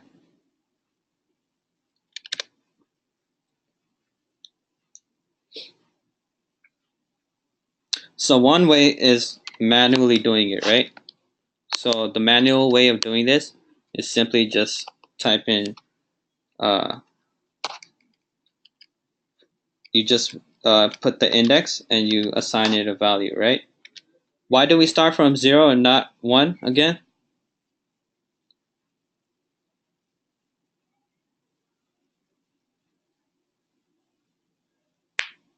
Because an array, the index starts from 0, right? And then we're going to say 1 equals 4, right? 6, 8 equals 10, right? And if it's size of 5, why does it only go up to 4? The index goes up to 4, right? Because it starts from 0. So remember, you guys don't get confused by this. So this is one way of initializing your array indexes, right? But another way you could use is a for loop, right? So here you can see our pattern is that it goes from 2 to 4 to 6 to 8 to 10, right? So we're basically going up, we're initializing even numbers, right? Or we're going up every 2 numbers. So you could simply just say for int I equals 0, I is less than, what should I put here? What's the size of this array? Right? Where do I want my termination to end? I want it to end at the whatever the size of the array is, right? So once again, the size of the array is 5 right here, right? So I could just say 5 right here. Or I could just simply say list of nums dot length, right? This way is better is because if they were to hard code this and change it to 10, we wouldn't need to change it inside the for loop, right? If this was 5 and they change it to 10, then we need to come back here and change it to 10. But if you leave it at list of nums dot length, whatever they put here, that's how You don't need to change anything here. That's what's gonna go up to. So originally it was 5, and now are we gonna increment or decrement it? So we're starting from 0 and we want to increment it, right? So we're gonna say I plus plus. And now we want, what are we doing right here? Our let me just, so what are we doing right here? Are we initializing something, or are we printing out to the console? What are we doing?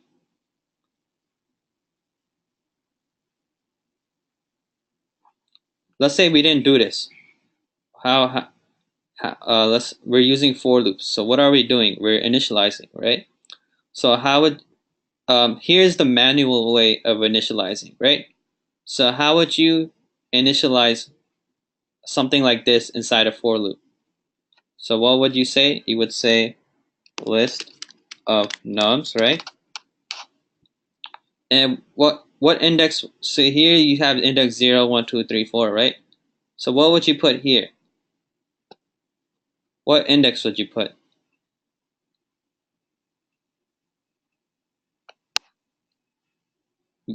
If I put 0, right, that defeats the purpose of a for loop, right? So if I say I is already initialized as 0, so we can just put I. All right, so we have the basically declaration part, but now we need to initialize it, right? What value are we giving this?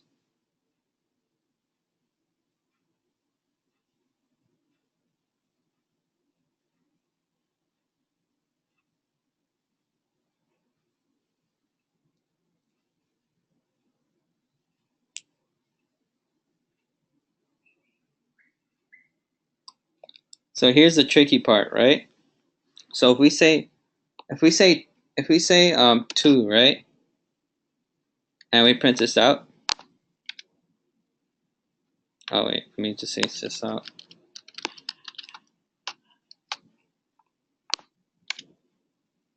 It's just gonna print out 0, 1, 2, 3, 4, right? So what should we put here?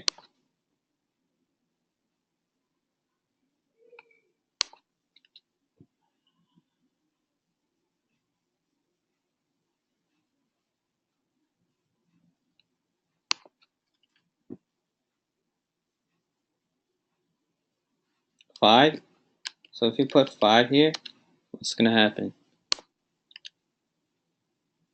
0, 1, 2, 3, 4, right? So it's starting from 0, right?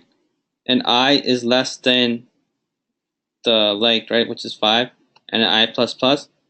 And we're assigning list of nums I to 5, right? Oh, let me say, no, I have to say it like that, right? That was my mistake. So let's go back to the previous one, which was what, 2? So it prints out 2, 2, 2, 2, 5 times. So what are we supposed to put here? I plus 1. Let's try that. Gives us 1, 2, 3, 4, 5. What if we do I plus 2? It gives us 2, 3, 4, 5, 6, right? I times 2. So if we do I times 2, it gives us 0, 2, 4, 6, 8. So that's good, right? But the thing is, we're not supposed to give it 0. So what would you do here?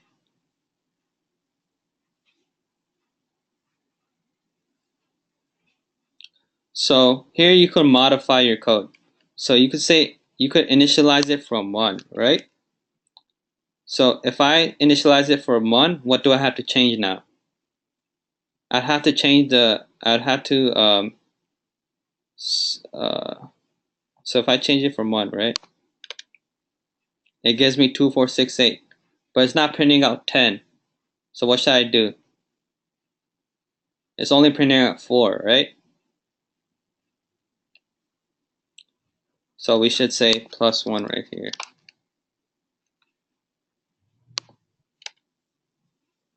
+1. Let's try less than or equal to. So we're getting error, index out of bound, because here we declared the array to be size of 5, but the thing is we're getting an index out of bound exception.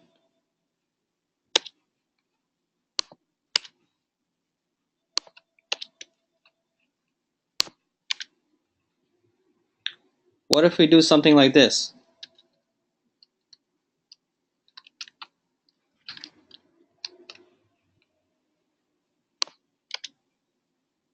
Right? Does that make sense now?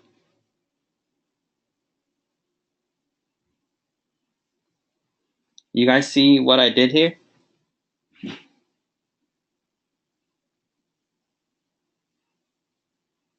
So I said, well, if it's a 0, right? So I would add it by 1, and then I would times it by 2.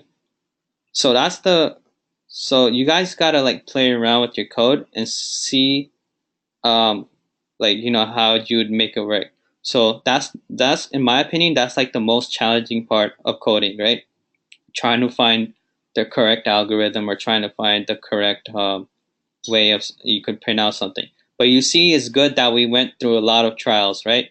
We went from trials of like, you know, we initialized it from 1 or something, and then like, you know, we did a lot of stuff, and then we eventually came up to an answer. So it takes a lot of trials and errors to for a code to work how you want it to work. So here was like an example of like, you know, we had to add a +1, then times it by 2. Yep, trial and error, like code that.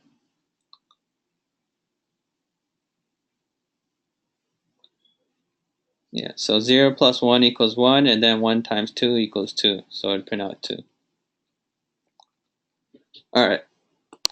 And then we also said system.out.print. We could also use another for loop and just have that there, for example, right? For an example, if you set up list of nums 5 equals to 12, you will get exception. Yep, we will. So let's say, so this works, right? But now let's say we say list of nums, right? And we assign 5, and we give it a value 12, right? And now we print out.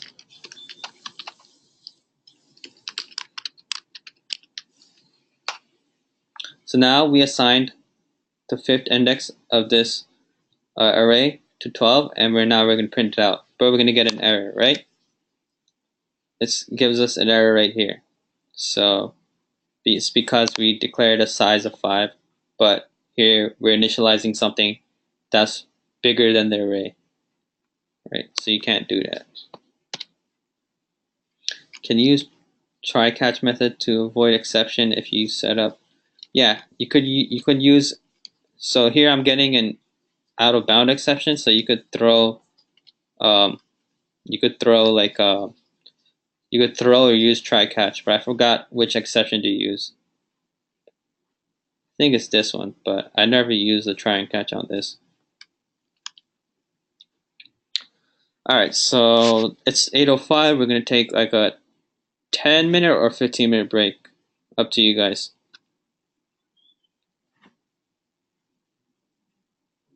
Aiming. Alright, so we're gonna give a 10-minute break. Alright. I just rounded it up. Alright, let me just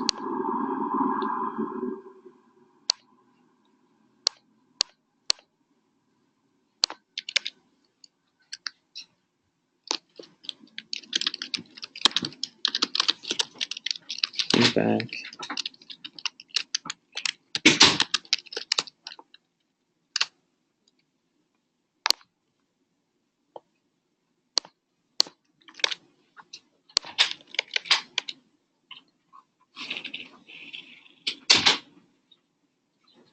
Yeah, sure.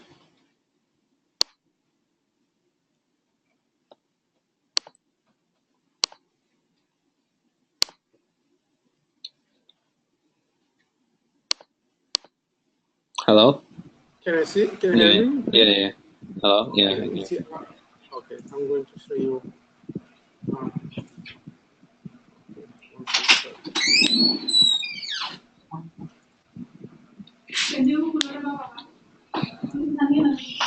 Yeah. Yeah, Okay, I'm going to show you the. Okay, here you see, I'm getting error, right? I'm getting error because maybe I set up the file the way it should not be, right? Alright, let's see. So, okay, file reader error equals new file reader. So when you The file, this one I copied. I can show you the way I yeah, copied. Okay, what so does it read? okay, Yeah, can you run again? yeah. You see, it's the Java file set on the open unknown source. Alright, so where's that file located? Okay, yeah. So let me show you. The file is here um, under the documents. You see the documents? Mm-hmm. I don't think so here. Yes. You see the Selenium? It's all the way top, right? Yeah, it's all that of Selenium. So This it's is the part file. of. So it's part of. Can you save? Can you save it? It is saved already. Save it again. I want to see. Okay, you want me to write anything and save it, right? Yeah. Okay. Okay, hello. All right. So save as. Save it here. Yeah. All right. Desktop. So yeah, just put it in desktop. Okay, Okay. so for Selenium 2, okay, Selenium Yeah. 1. So Selenium 1. Okay, Mm-hmm. so text document, Yeah. right? Yeah. Text file. Or maybe this is the wrong. I did all, you know. Yeah. That's probably in there. Okay, so save it, right? Yeah. Yep. And I'll get that path and paste it Okay. in. So now I'm in the desktop. Okay, it should be here. No, there's no Selenium.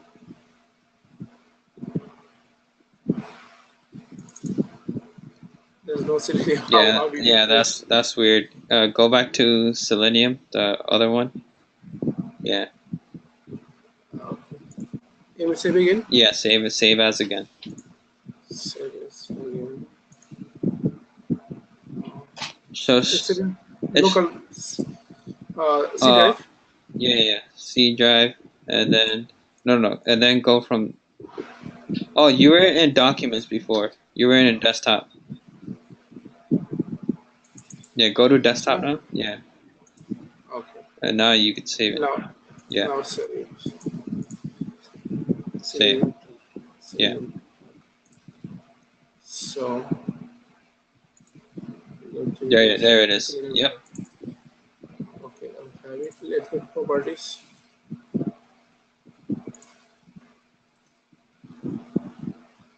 Okay, properties.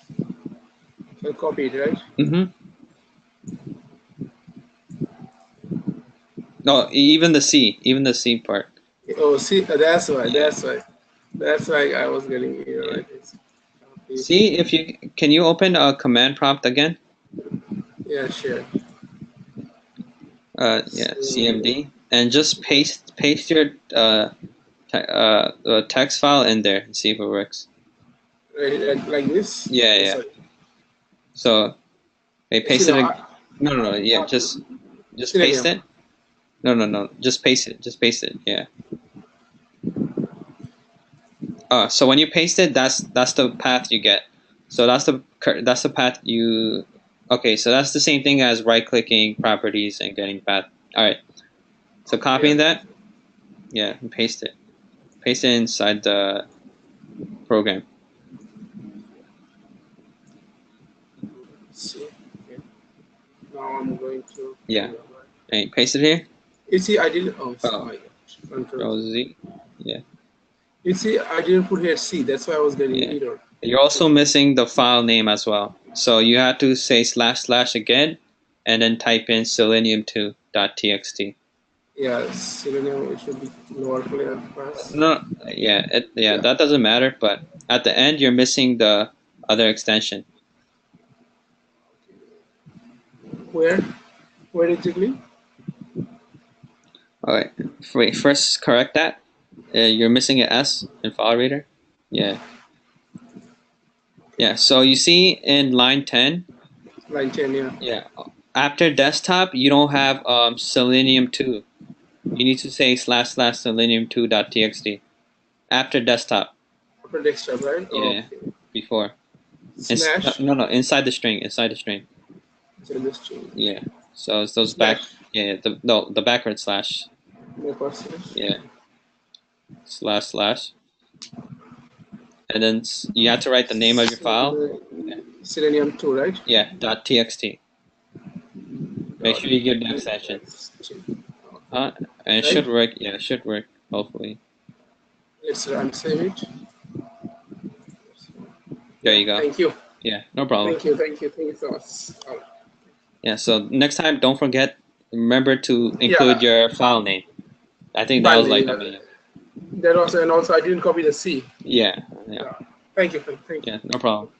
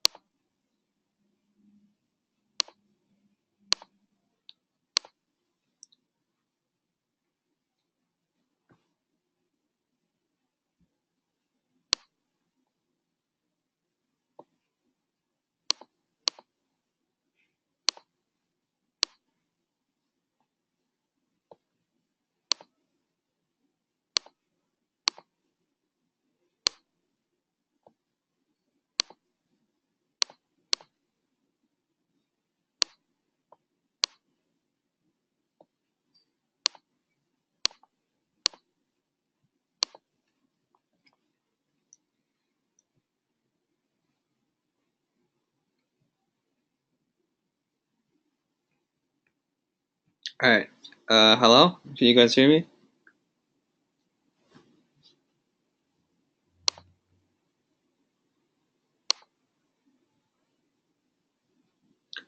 All right. Is everyone back? So far, I only have 2 responses. I don't want to start the next topic, which is very important. So I want to wait for everyone. Yeah, ArrayLists is next.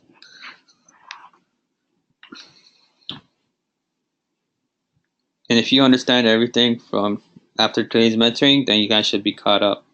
And all you guys have to do is just read the stuff about data structure, and also what you also watching videos on those data structure helps a lot.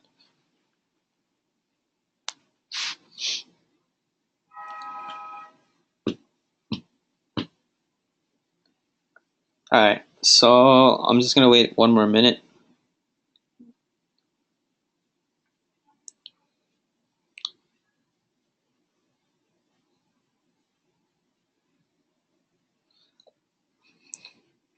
So I opened up a paint thing, and I'm gonna show you guys. So this is what. So when I basically say something like,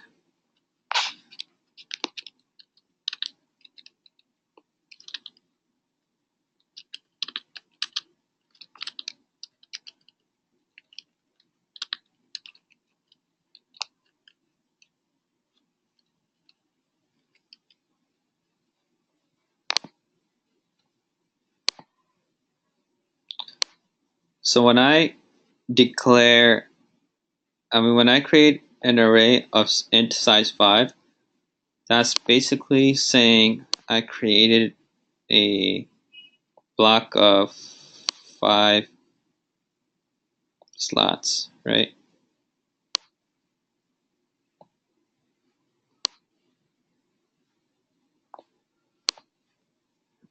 And here would be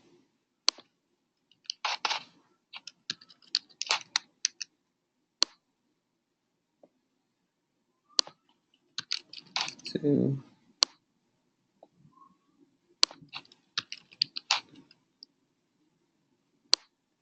Oops, this is actually 2.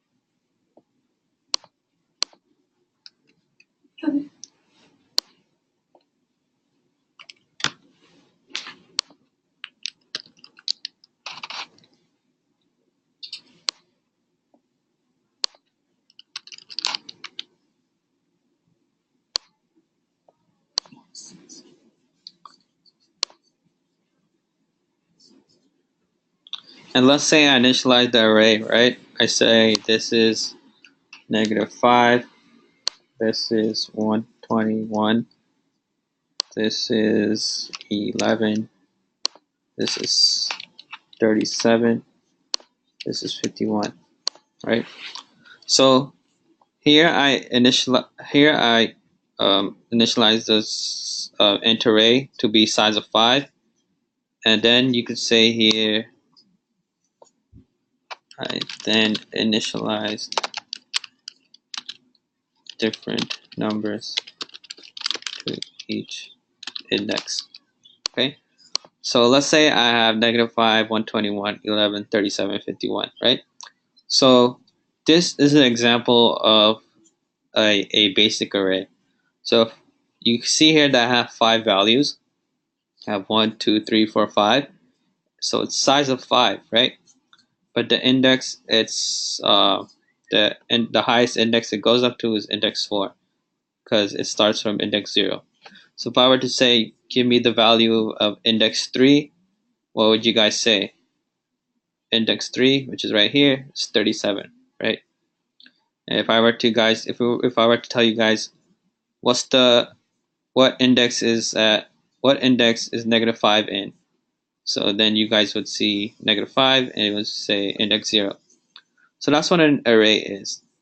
Now an array list, right, basically is you use an array list when you don't know what size you're going to use. You don't know if your size is going to get bigger or not, right? So you're unsure of what like the size, but in an array you declare the size and it will only hold that size. So let's say I also created another array, a regular array. Oh wait. And let's say this has like let me just create arrays blocks, right?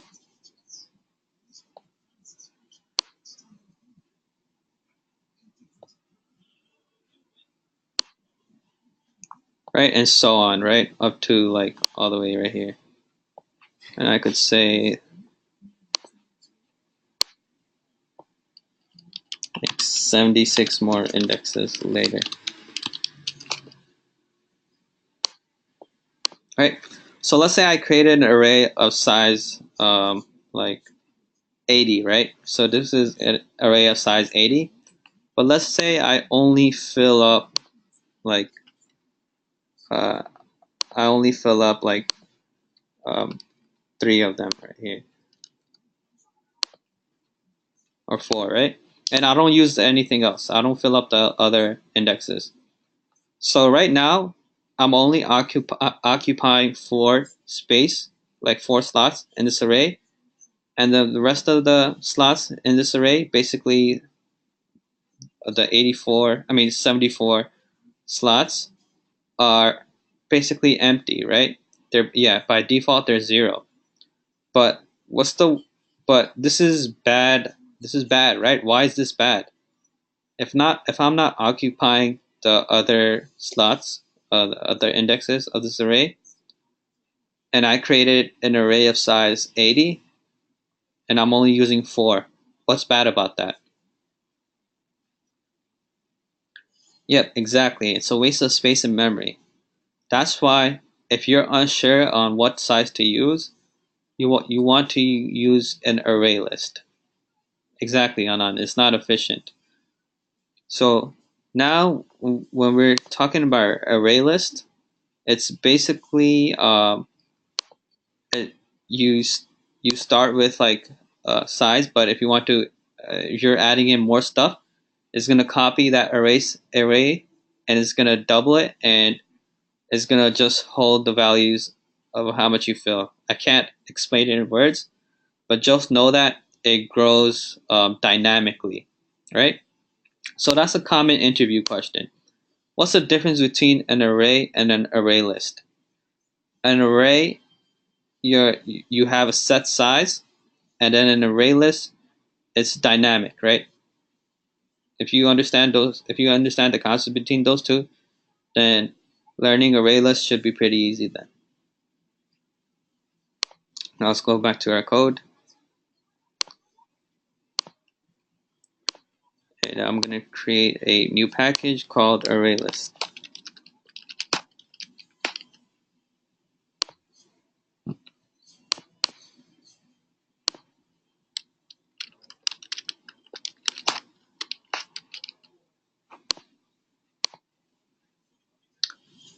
All right. First of all, I want to ask you guys, do we need to import ArrayList class? Yes or no?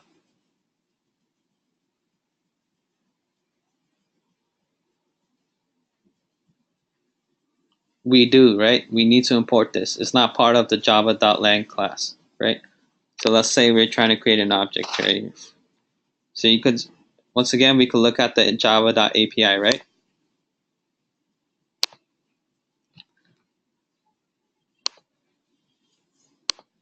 So I could just type in ArrayList Java API.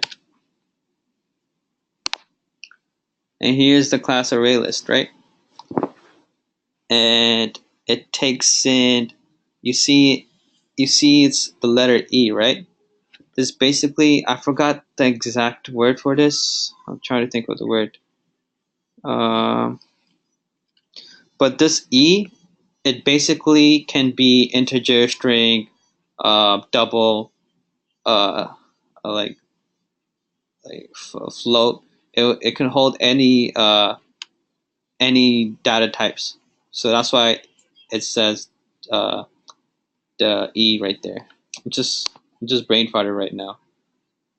No, it's not exception. Uh, is it exclusive? I forgot. Let me just be sure. What is?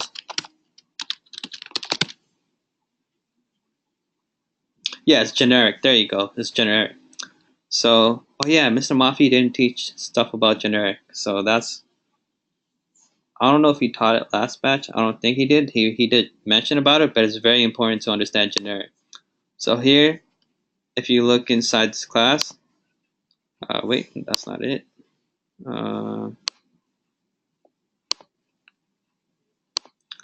So this array list, it uses a generic thing, right? And this thing can basically allows you to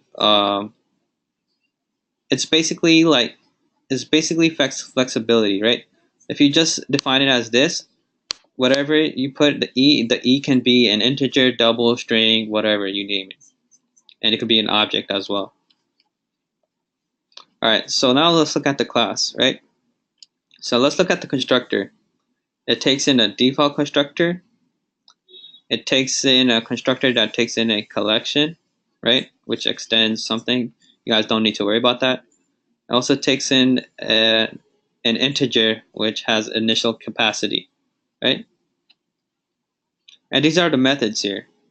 What methods did Mr. Mafibai went over last weekend? He went over add, right? Um, right. So you see, there's two add methods here. So which add method do you think we use? Do we use the Boolean modifier type or the void modifier type? We use the Boolean one, right? Because when we're adding something, we just adds the specified element to the end of the list. So remember, we're only adding one thing, right? Here it takes in two parameters. Here it inserts the specified element at the specified position in the list. We'll also see this being used in effect, right? But you see the methods are inherited from abstract list, abstract collection as well, and also it is also inherited from interface java.util-list. So where did we learn these stuff? We learned this from OOP concepts, right? That's why he taught us those first before we moved on. So it's very important to understand week 1 and week 2 stuff. So here's the constructor details, and here are the method details, right? These are the methods. You could use these methods and to play around with array lists. So once again, array list is basically week 1 stuff, right? Creating an object and using that object's methods, right? We all learn how to do that in week 1, how to create a class, how to create an object, how to use that object's methods, right? This is the same thing we're doing right here. We're using an array list, but the only thing different is that we didn't create it, someone else created, and now we need to learn how to use those methods. That's why we're learning how to read from a Java API and learn these methods. And that's very important when it comes to Selenium, especially when you're trying to learn the framework. Um, you're trying to learn about JUnit and TestNG, all their methods and stuff. So you would need to understand how to read the API. So once again, there's all these methods here. And now let's code. All right. So let me just go back.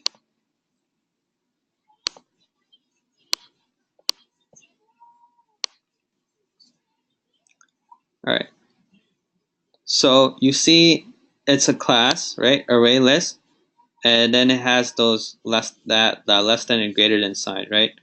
And then it's then it has a generic type.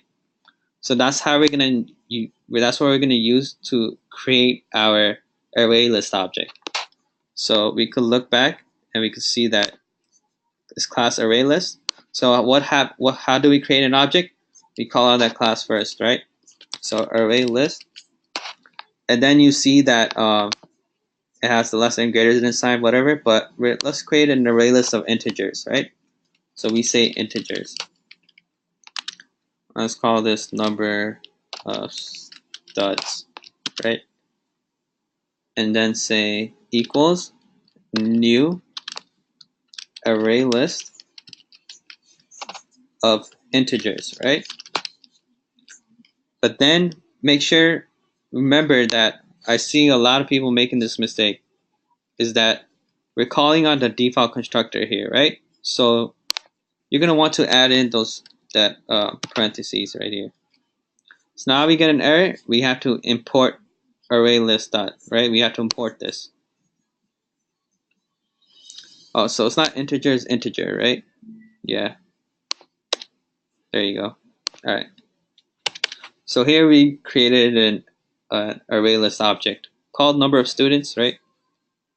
So does everyone understand this part right now?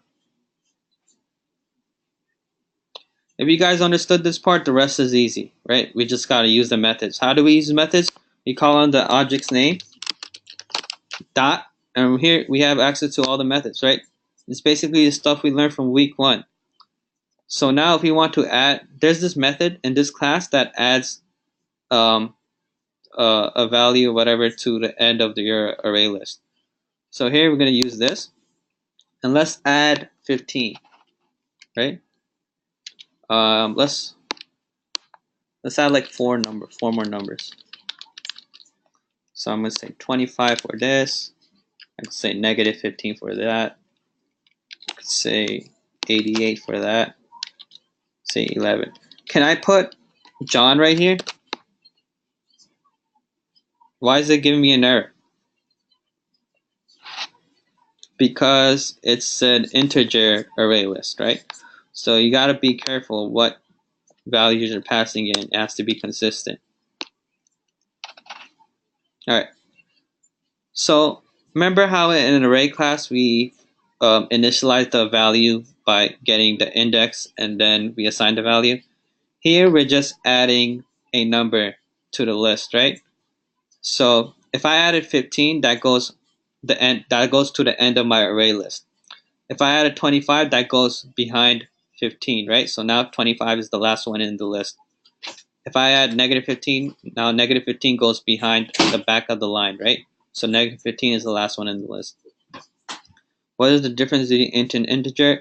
You see, yeah, so they don't accept it like this, they accept it like that.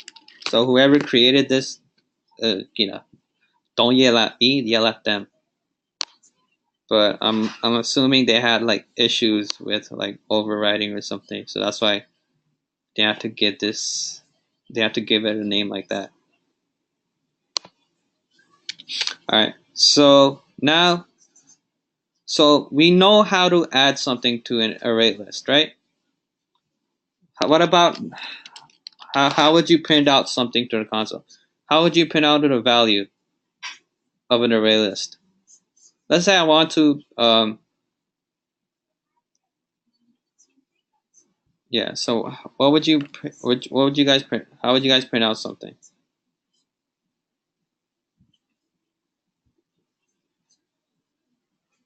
So I'll call the object name, right? Dot, and what method would I use? So I'd use the get method, right? So if I hover over get right here, and you see it says returns the elements at the specified position in this list. So you see here it says it takes in an index, right? Integer index. So if I were to say 1, right? Oops. Yeah, so number get index. If I say 1, what would it print out?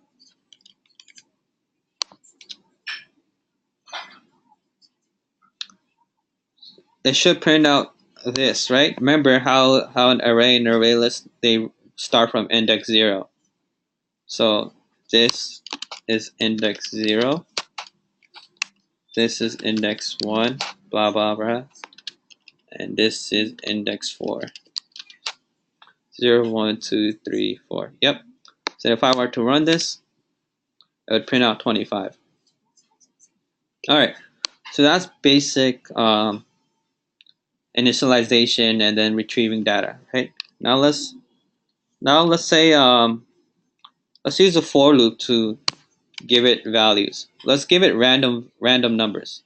All right.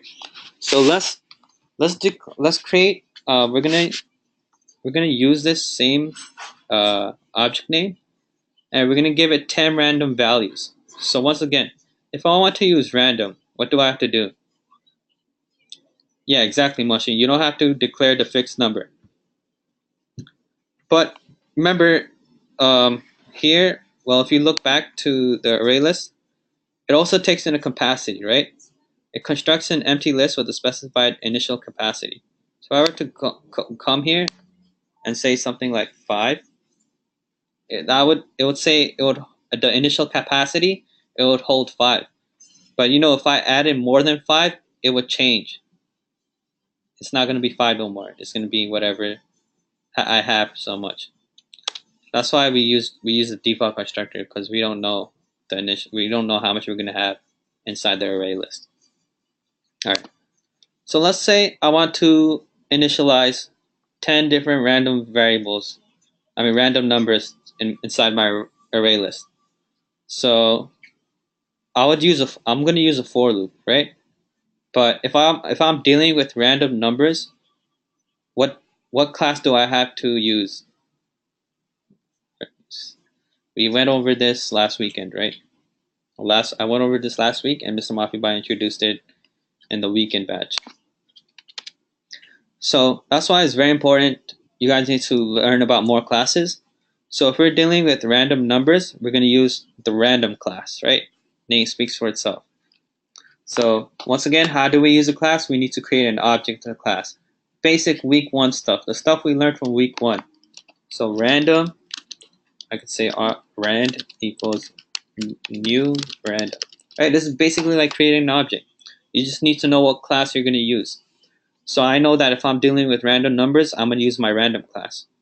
Now it's giving me an error and it's telling me to import random. All right. So you see here that both of these both of these are from java.utility, right? Can I, if I remove these, if I remove this, would I get an error? Yes or no? Right? Now it's giving me the error. Like, where am I getting this class from? So, but you see that that these are importing from the same packages, right? They're both importing from java.util. So can I put java.util star right here? Will it work? Yep, right, it should. When you say star, that means it imports everything of all the classes that are inside this packages. So that's why I'm not getting an error right here, because both of these classes, they belong to java.util. So that's just good to know, right? So I'm just gonna leave it like this for now. Yeah, if it's the same package. So you see they're both java.util and java.util. And if we're using more classes from java.util, it's better if you just say java.util.star.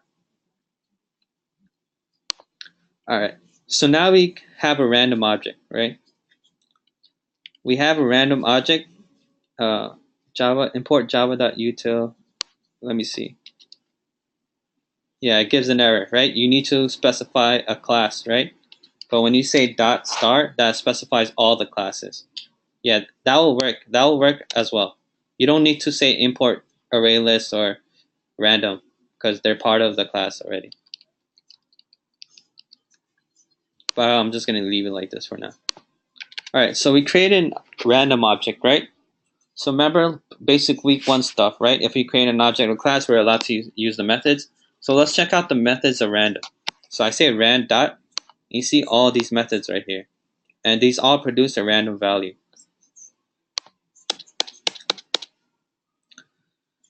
Marcin Ahmed, but as a newbie, you don't know which one is in the same package. Exactly. That's why Mr. Mafibai wanted you guys to look at 5 different classes in Java API and get familiar with them.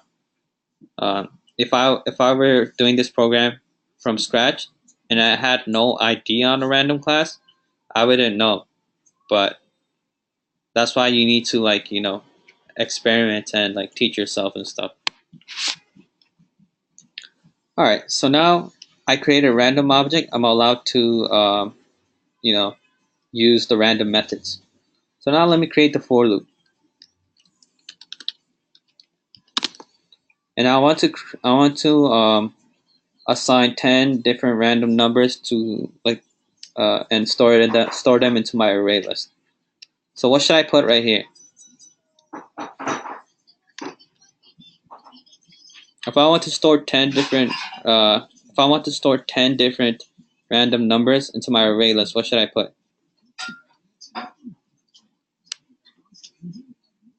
10 what? So what? Less than 10 or less than or equal to 10 or what?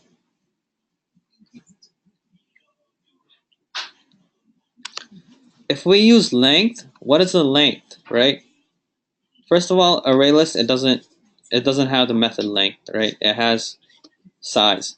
But the thing is, we didn't declare a size for an ArrayList. Remember, an ArrayList is dynamic, right? Unless you specify 10 right here, then you could say size.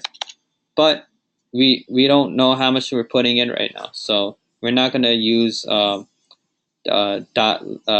size. By the way, number of studs, right? It doesn't have length. it doesn't have length. It uses size. An array list uses size to get the total number of things. An array uses length, and an array list uses size. So what should we put here then? Less than 11, right? If we put less than 11, and if it starts from int 0, that's going to give us 11. We're going to have 11 stuff, right? So it should be less than what? If we start, yeah. If I want to have 10 random numbers inside my array list, I would have to say less than 10, since we're starting from int I equals 0, right? But if I change this to 1, then I would change this to 11, right? So honestly, it depends how you code. But since we initialize to 0, that's like the most common initialization, I'm going to say I is less than 10. And am I incrementing it or decrementing it?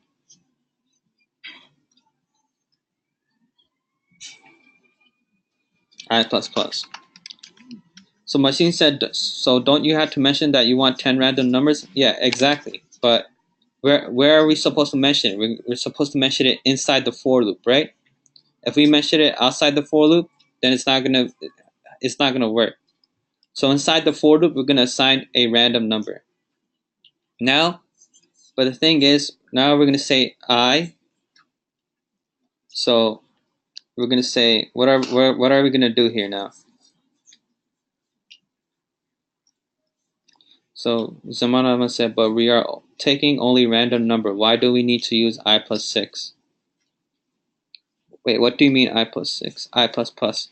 No, so the for loop is the incrementation part, right? So if I want to add 10 numbers, it's going to start from 0, right? And I'm going to use that for loop to give it a different number. Like, yeah, it's basically for increment. Okay, let me write this down so it'll be more clear. Right now, I can't explain it because I don't have the example written down. So let me just say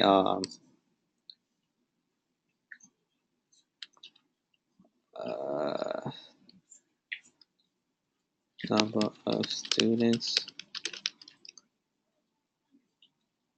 on the studs dot add, right? And then I say rand next int. Okay.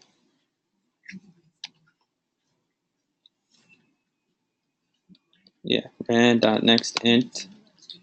And I'm going to give it a bounce. So I'm going to say from 0 to 100. It's going to have a random number. Okay?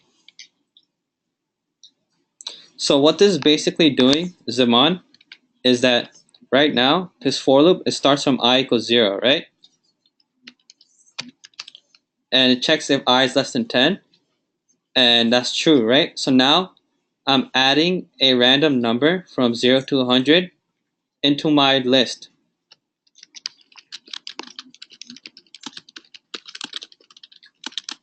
Right? From 0 to 100.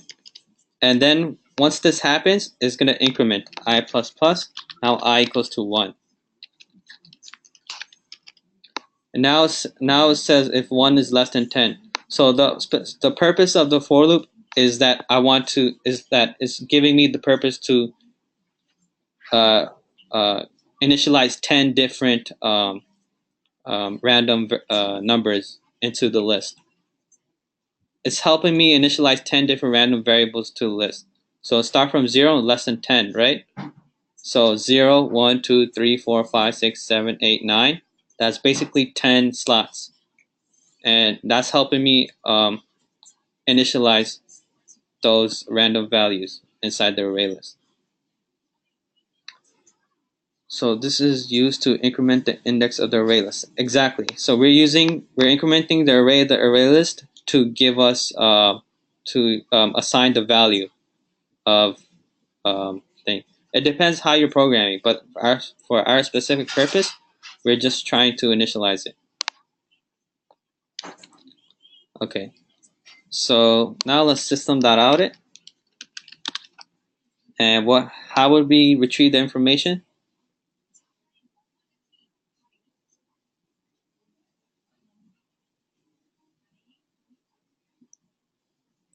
So we're gonna have to call in the object name, right? So num of studs dot get, right? And what's the index? What should we put in the index?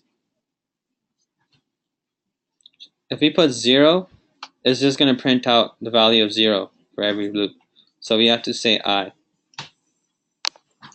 Number of studs is the array list that I declared here, that I initialized here. Number of studs. So it's basically my array list.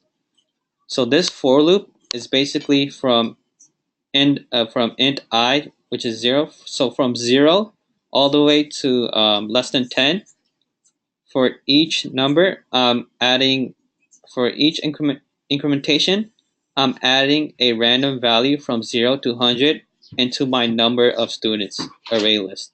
And then I'm going to print out to the console of the number of students, the value of that index. So that's why I say I. So now let's run this. And you see it prints out 10 different random values, right? If I run this again, it's going to print out another 10.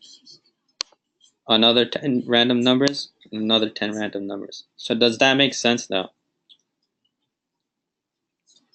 Yeah. And we also learned about for each loop, right? So what is a for each loop? A for each loop is basically an iterator, right? What is an iterator? Do you guys know what an iterator is?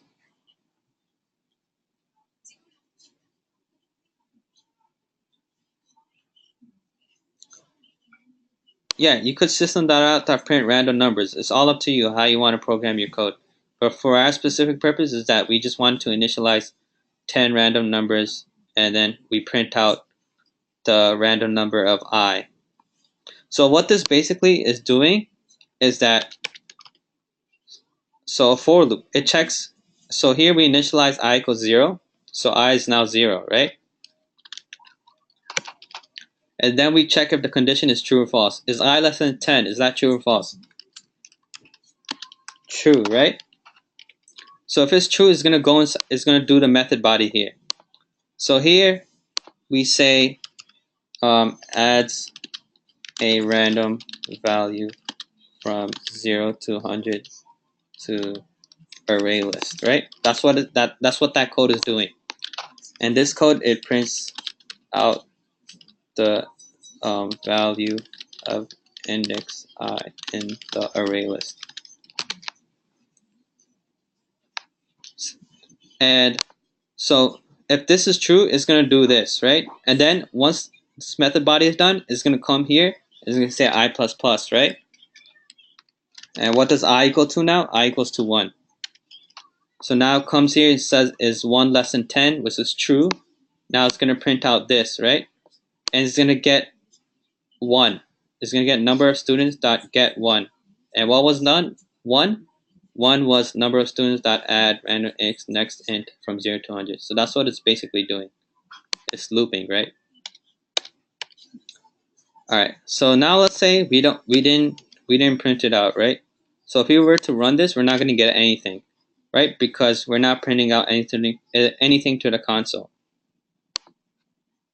right? But we could use a for each loop. So a for each loop is basically an iterator. Do you guys know what an iterator is? Yes or no? An iterator is basically something that reads from the top of the list to the bottom of the list, or from the bottom of the list to the top of the list, one by one. That's what an iterator basically does. Like, it does stuff from the top of the list all the way to the bottom. It goes in, like, it doesn't skip anything. It just, I mean, you could skip something, but it starts from the start line and ends to the finish line. That's what an iterator is, basically. So more things, is it possible the system will print out same random number twice if you keep printing? Since this, yeah, there's a possibility, a chance of printing out same numbers. That's all probability and statistics, right? So how do we use a for each loop? So we're gonna say for, and then we're gonna need to declare, since we're dealing with integers, we're gonna need to declare an integer. So let's say int n, and then we'll say dot dot, and then we're gonna say what list are we iterating through, right?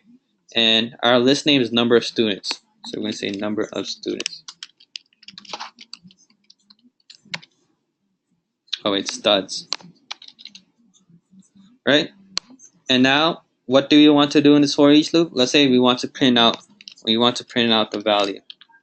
So we could just say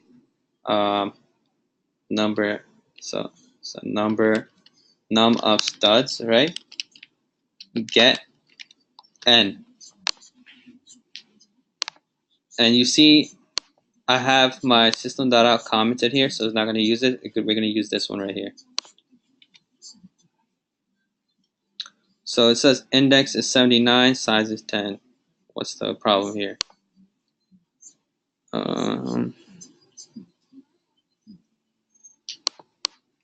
Is it this for each loop?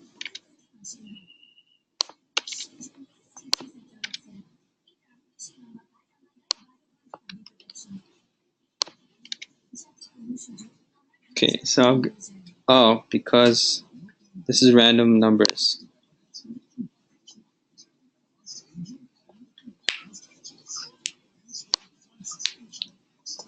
Give me a second. So, exception thread main Java index out of bounds, index 52, size 10. So I'm getting an error here. So I don't think this is a good example to use a for each loop on. Let me see what I'd done last weekend. Did it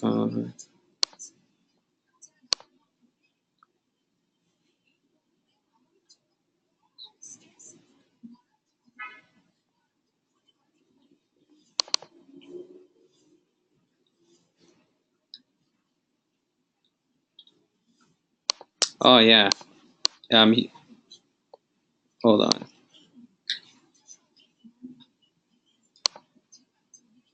Yeah, I'm supposed to just say n.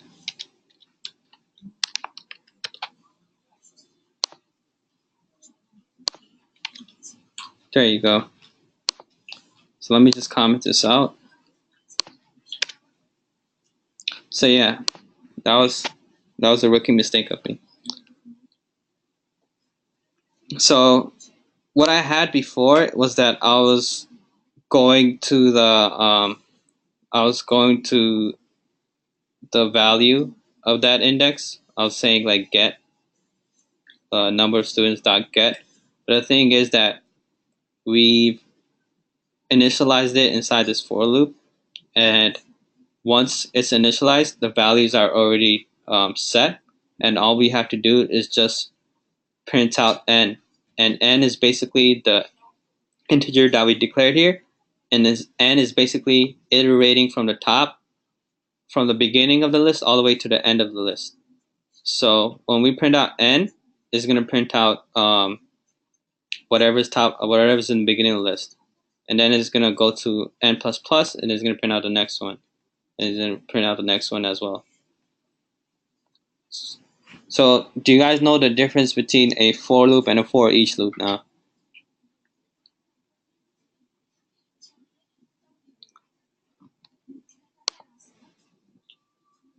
Can you go one more time, iterator? Yeah, sure.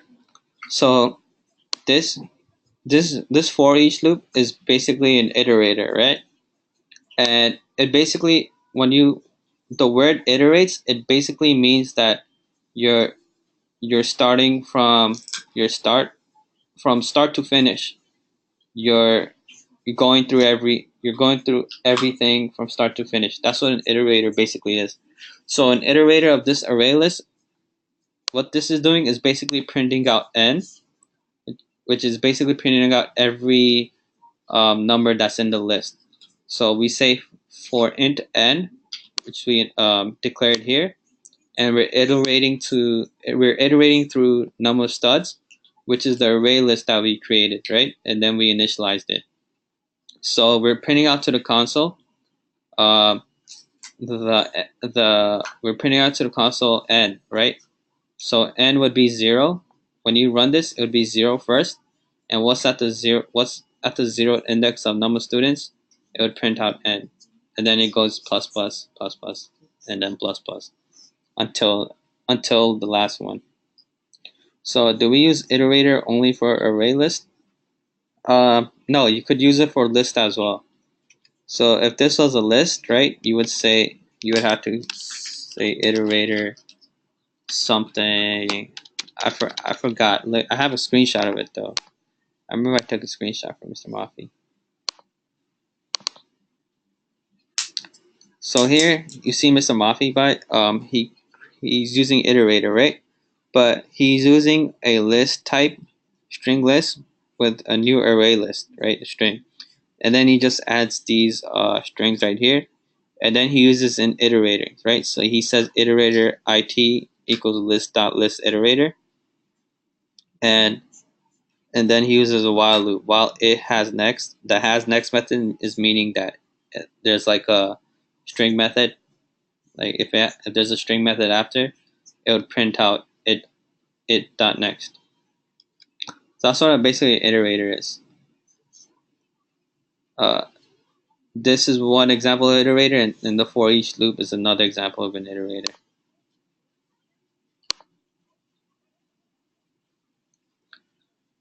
Sukanda said it takes object instead of for. It takes object instead or for loop format. So the for loop, and a for each. The difference is that in a for loop, you're looping. It's a it's a conditional statement that loops, right? You're looping until you meet your certain criteria. Your conditions are met. But in a for each loop, you're just iterating through an entire list. That's it. If that makes sense. That's the main difference.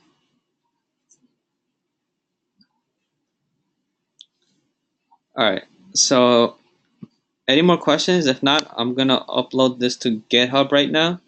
If you guys want to clone it and see the code for yourselves, you guys can do so. But make sure that if you do clone my thing, you would have to change. You would have to change this right here, the file path, because you're not gonna have it. So Machine said, so basically in this case, you're printing out 10 random numbers. No, in this case, I'm printing out the numbers. I'm printing out my array list, which is number studs, and I initialized it here. So you see here, I initialized it.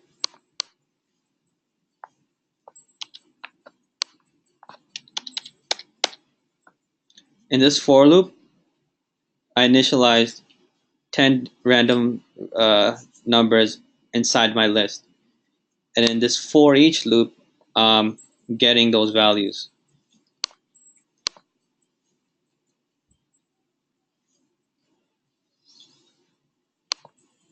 All right, so I'm just gonna, let me just save this.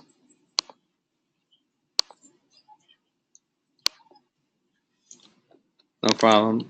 So let me say ls cd dot documents ls workspace ls cd dot java practice, right?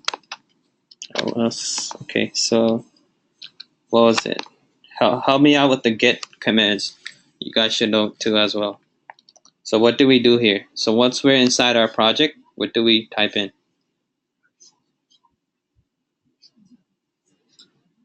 Git init, right? All right. So now I initialize an empty git repository, and then what's next? Git add dot, right? And what follows after a git add dot? Git commit, right? So git commit -n. Remember to give a good message, right? But since I'm uploading this, and this is my first project that I'm uploading to GitHub, I'll just say first commit. Committing keeps you track of, in case you have like any, if you have like any errors or something in your project and you want to go back to a certain thing. Think of it as a system restore. have you guys ever used system restore for your PC or anything that you wanted to go back to a certain time? So yeah, that's what a commit is. If you know your commit history, that's why you need to get a good message. If you want to go back to a certain time, you could just like access that whatever project when you commit it.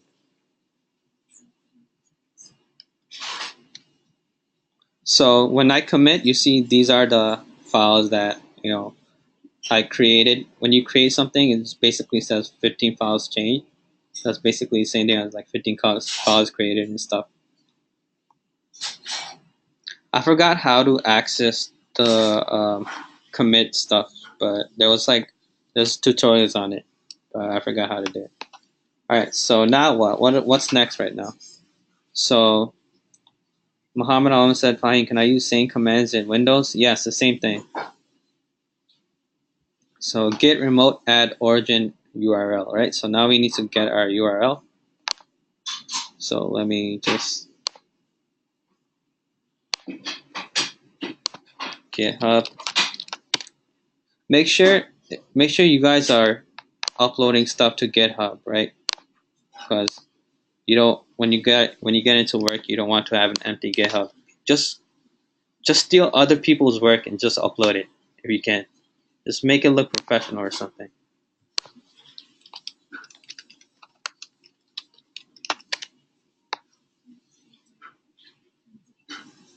Okay.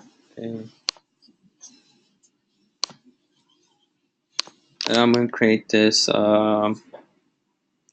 week 3, right? Actually this week 4. Yeah. I could say stuff like conditional statements, file reading, arrays, right? Create repository. Now I'm going to copy this, go back to my terminal, and it was git remote add origin. Yeah, I'll show you guys how to use other people's project. And now what's next? What do I have to do after this? Push, right? Git push origin master. And if I refresh this, it should be here, right?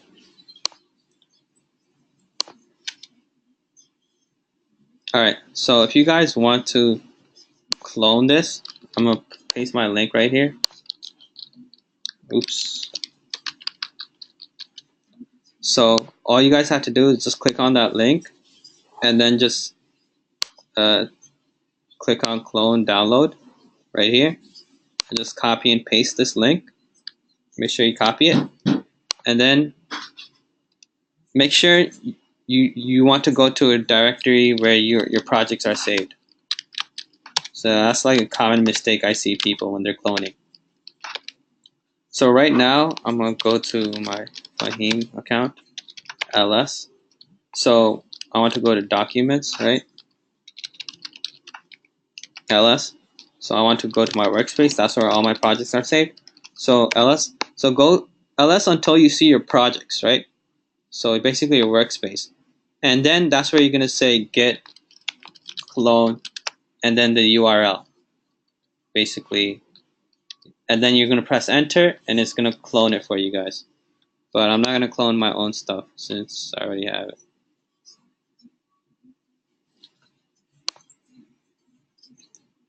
Alright, so git clone is basically you want to download someone's project and put it inside your computer and stuff.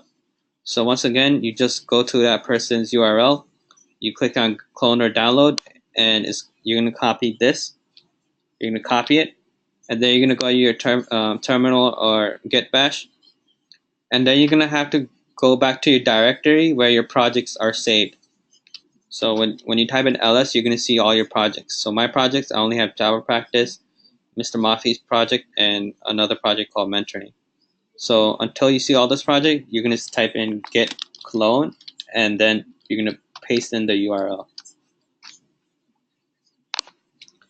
So you guys can paste in my, you guys can clone my project, and you guys can use it as like a example, because I did leave comments for a lot of stuff, especially for conditionals. So I left out these comments, so like a do, for loops, and all those stuff. All right, so that's it for tonight. Any more questions? So far, no homework, right? Yeah, only read the book. If you don't want to read the book, look at YouTube videos on those topics. Yeah, no problem. All right, guys. Tomorrow is I think it's Debashish and Kahina mentoring tomorrow. So, and they'll go over whatever you guys have problem with, and I'll upload the video like by midnight or something.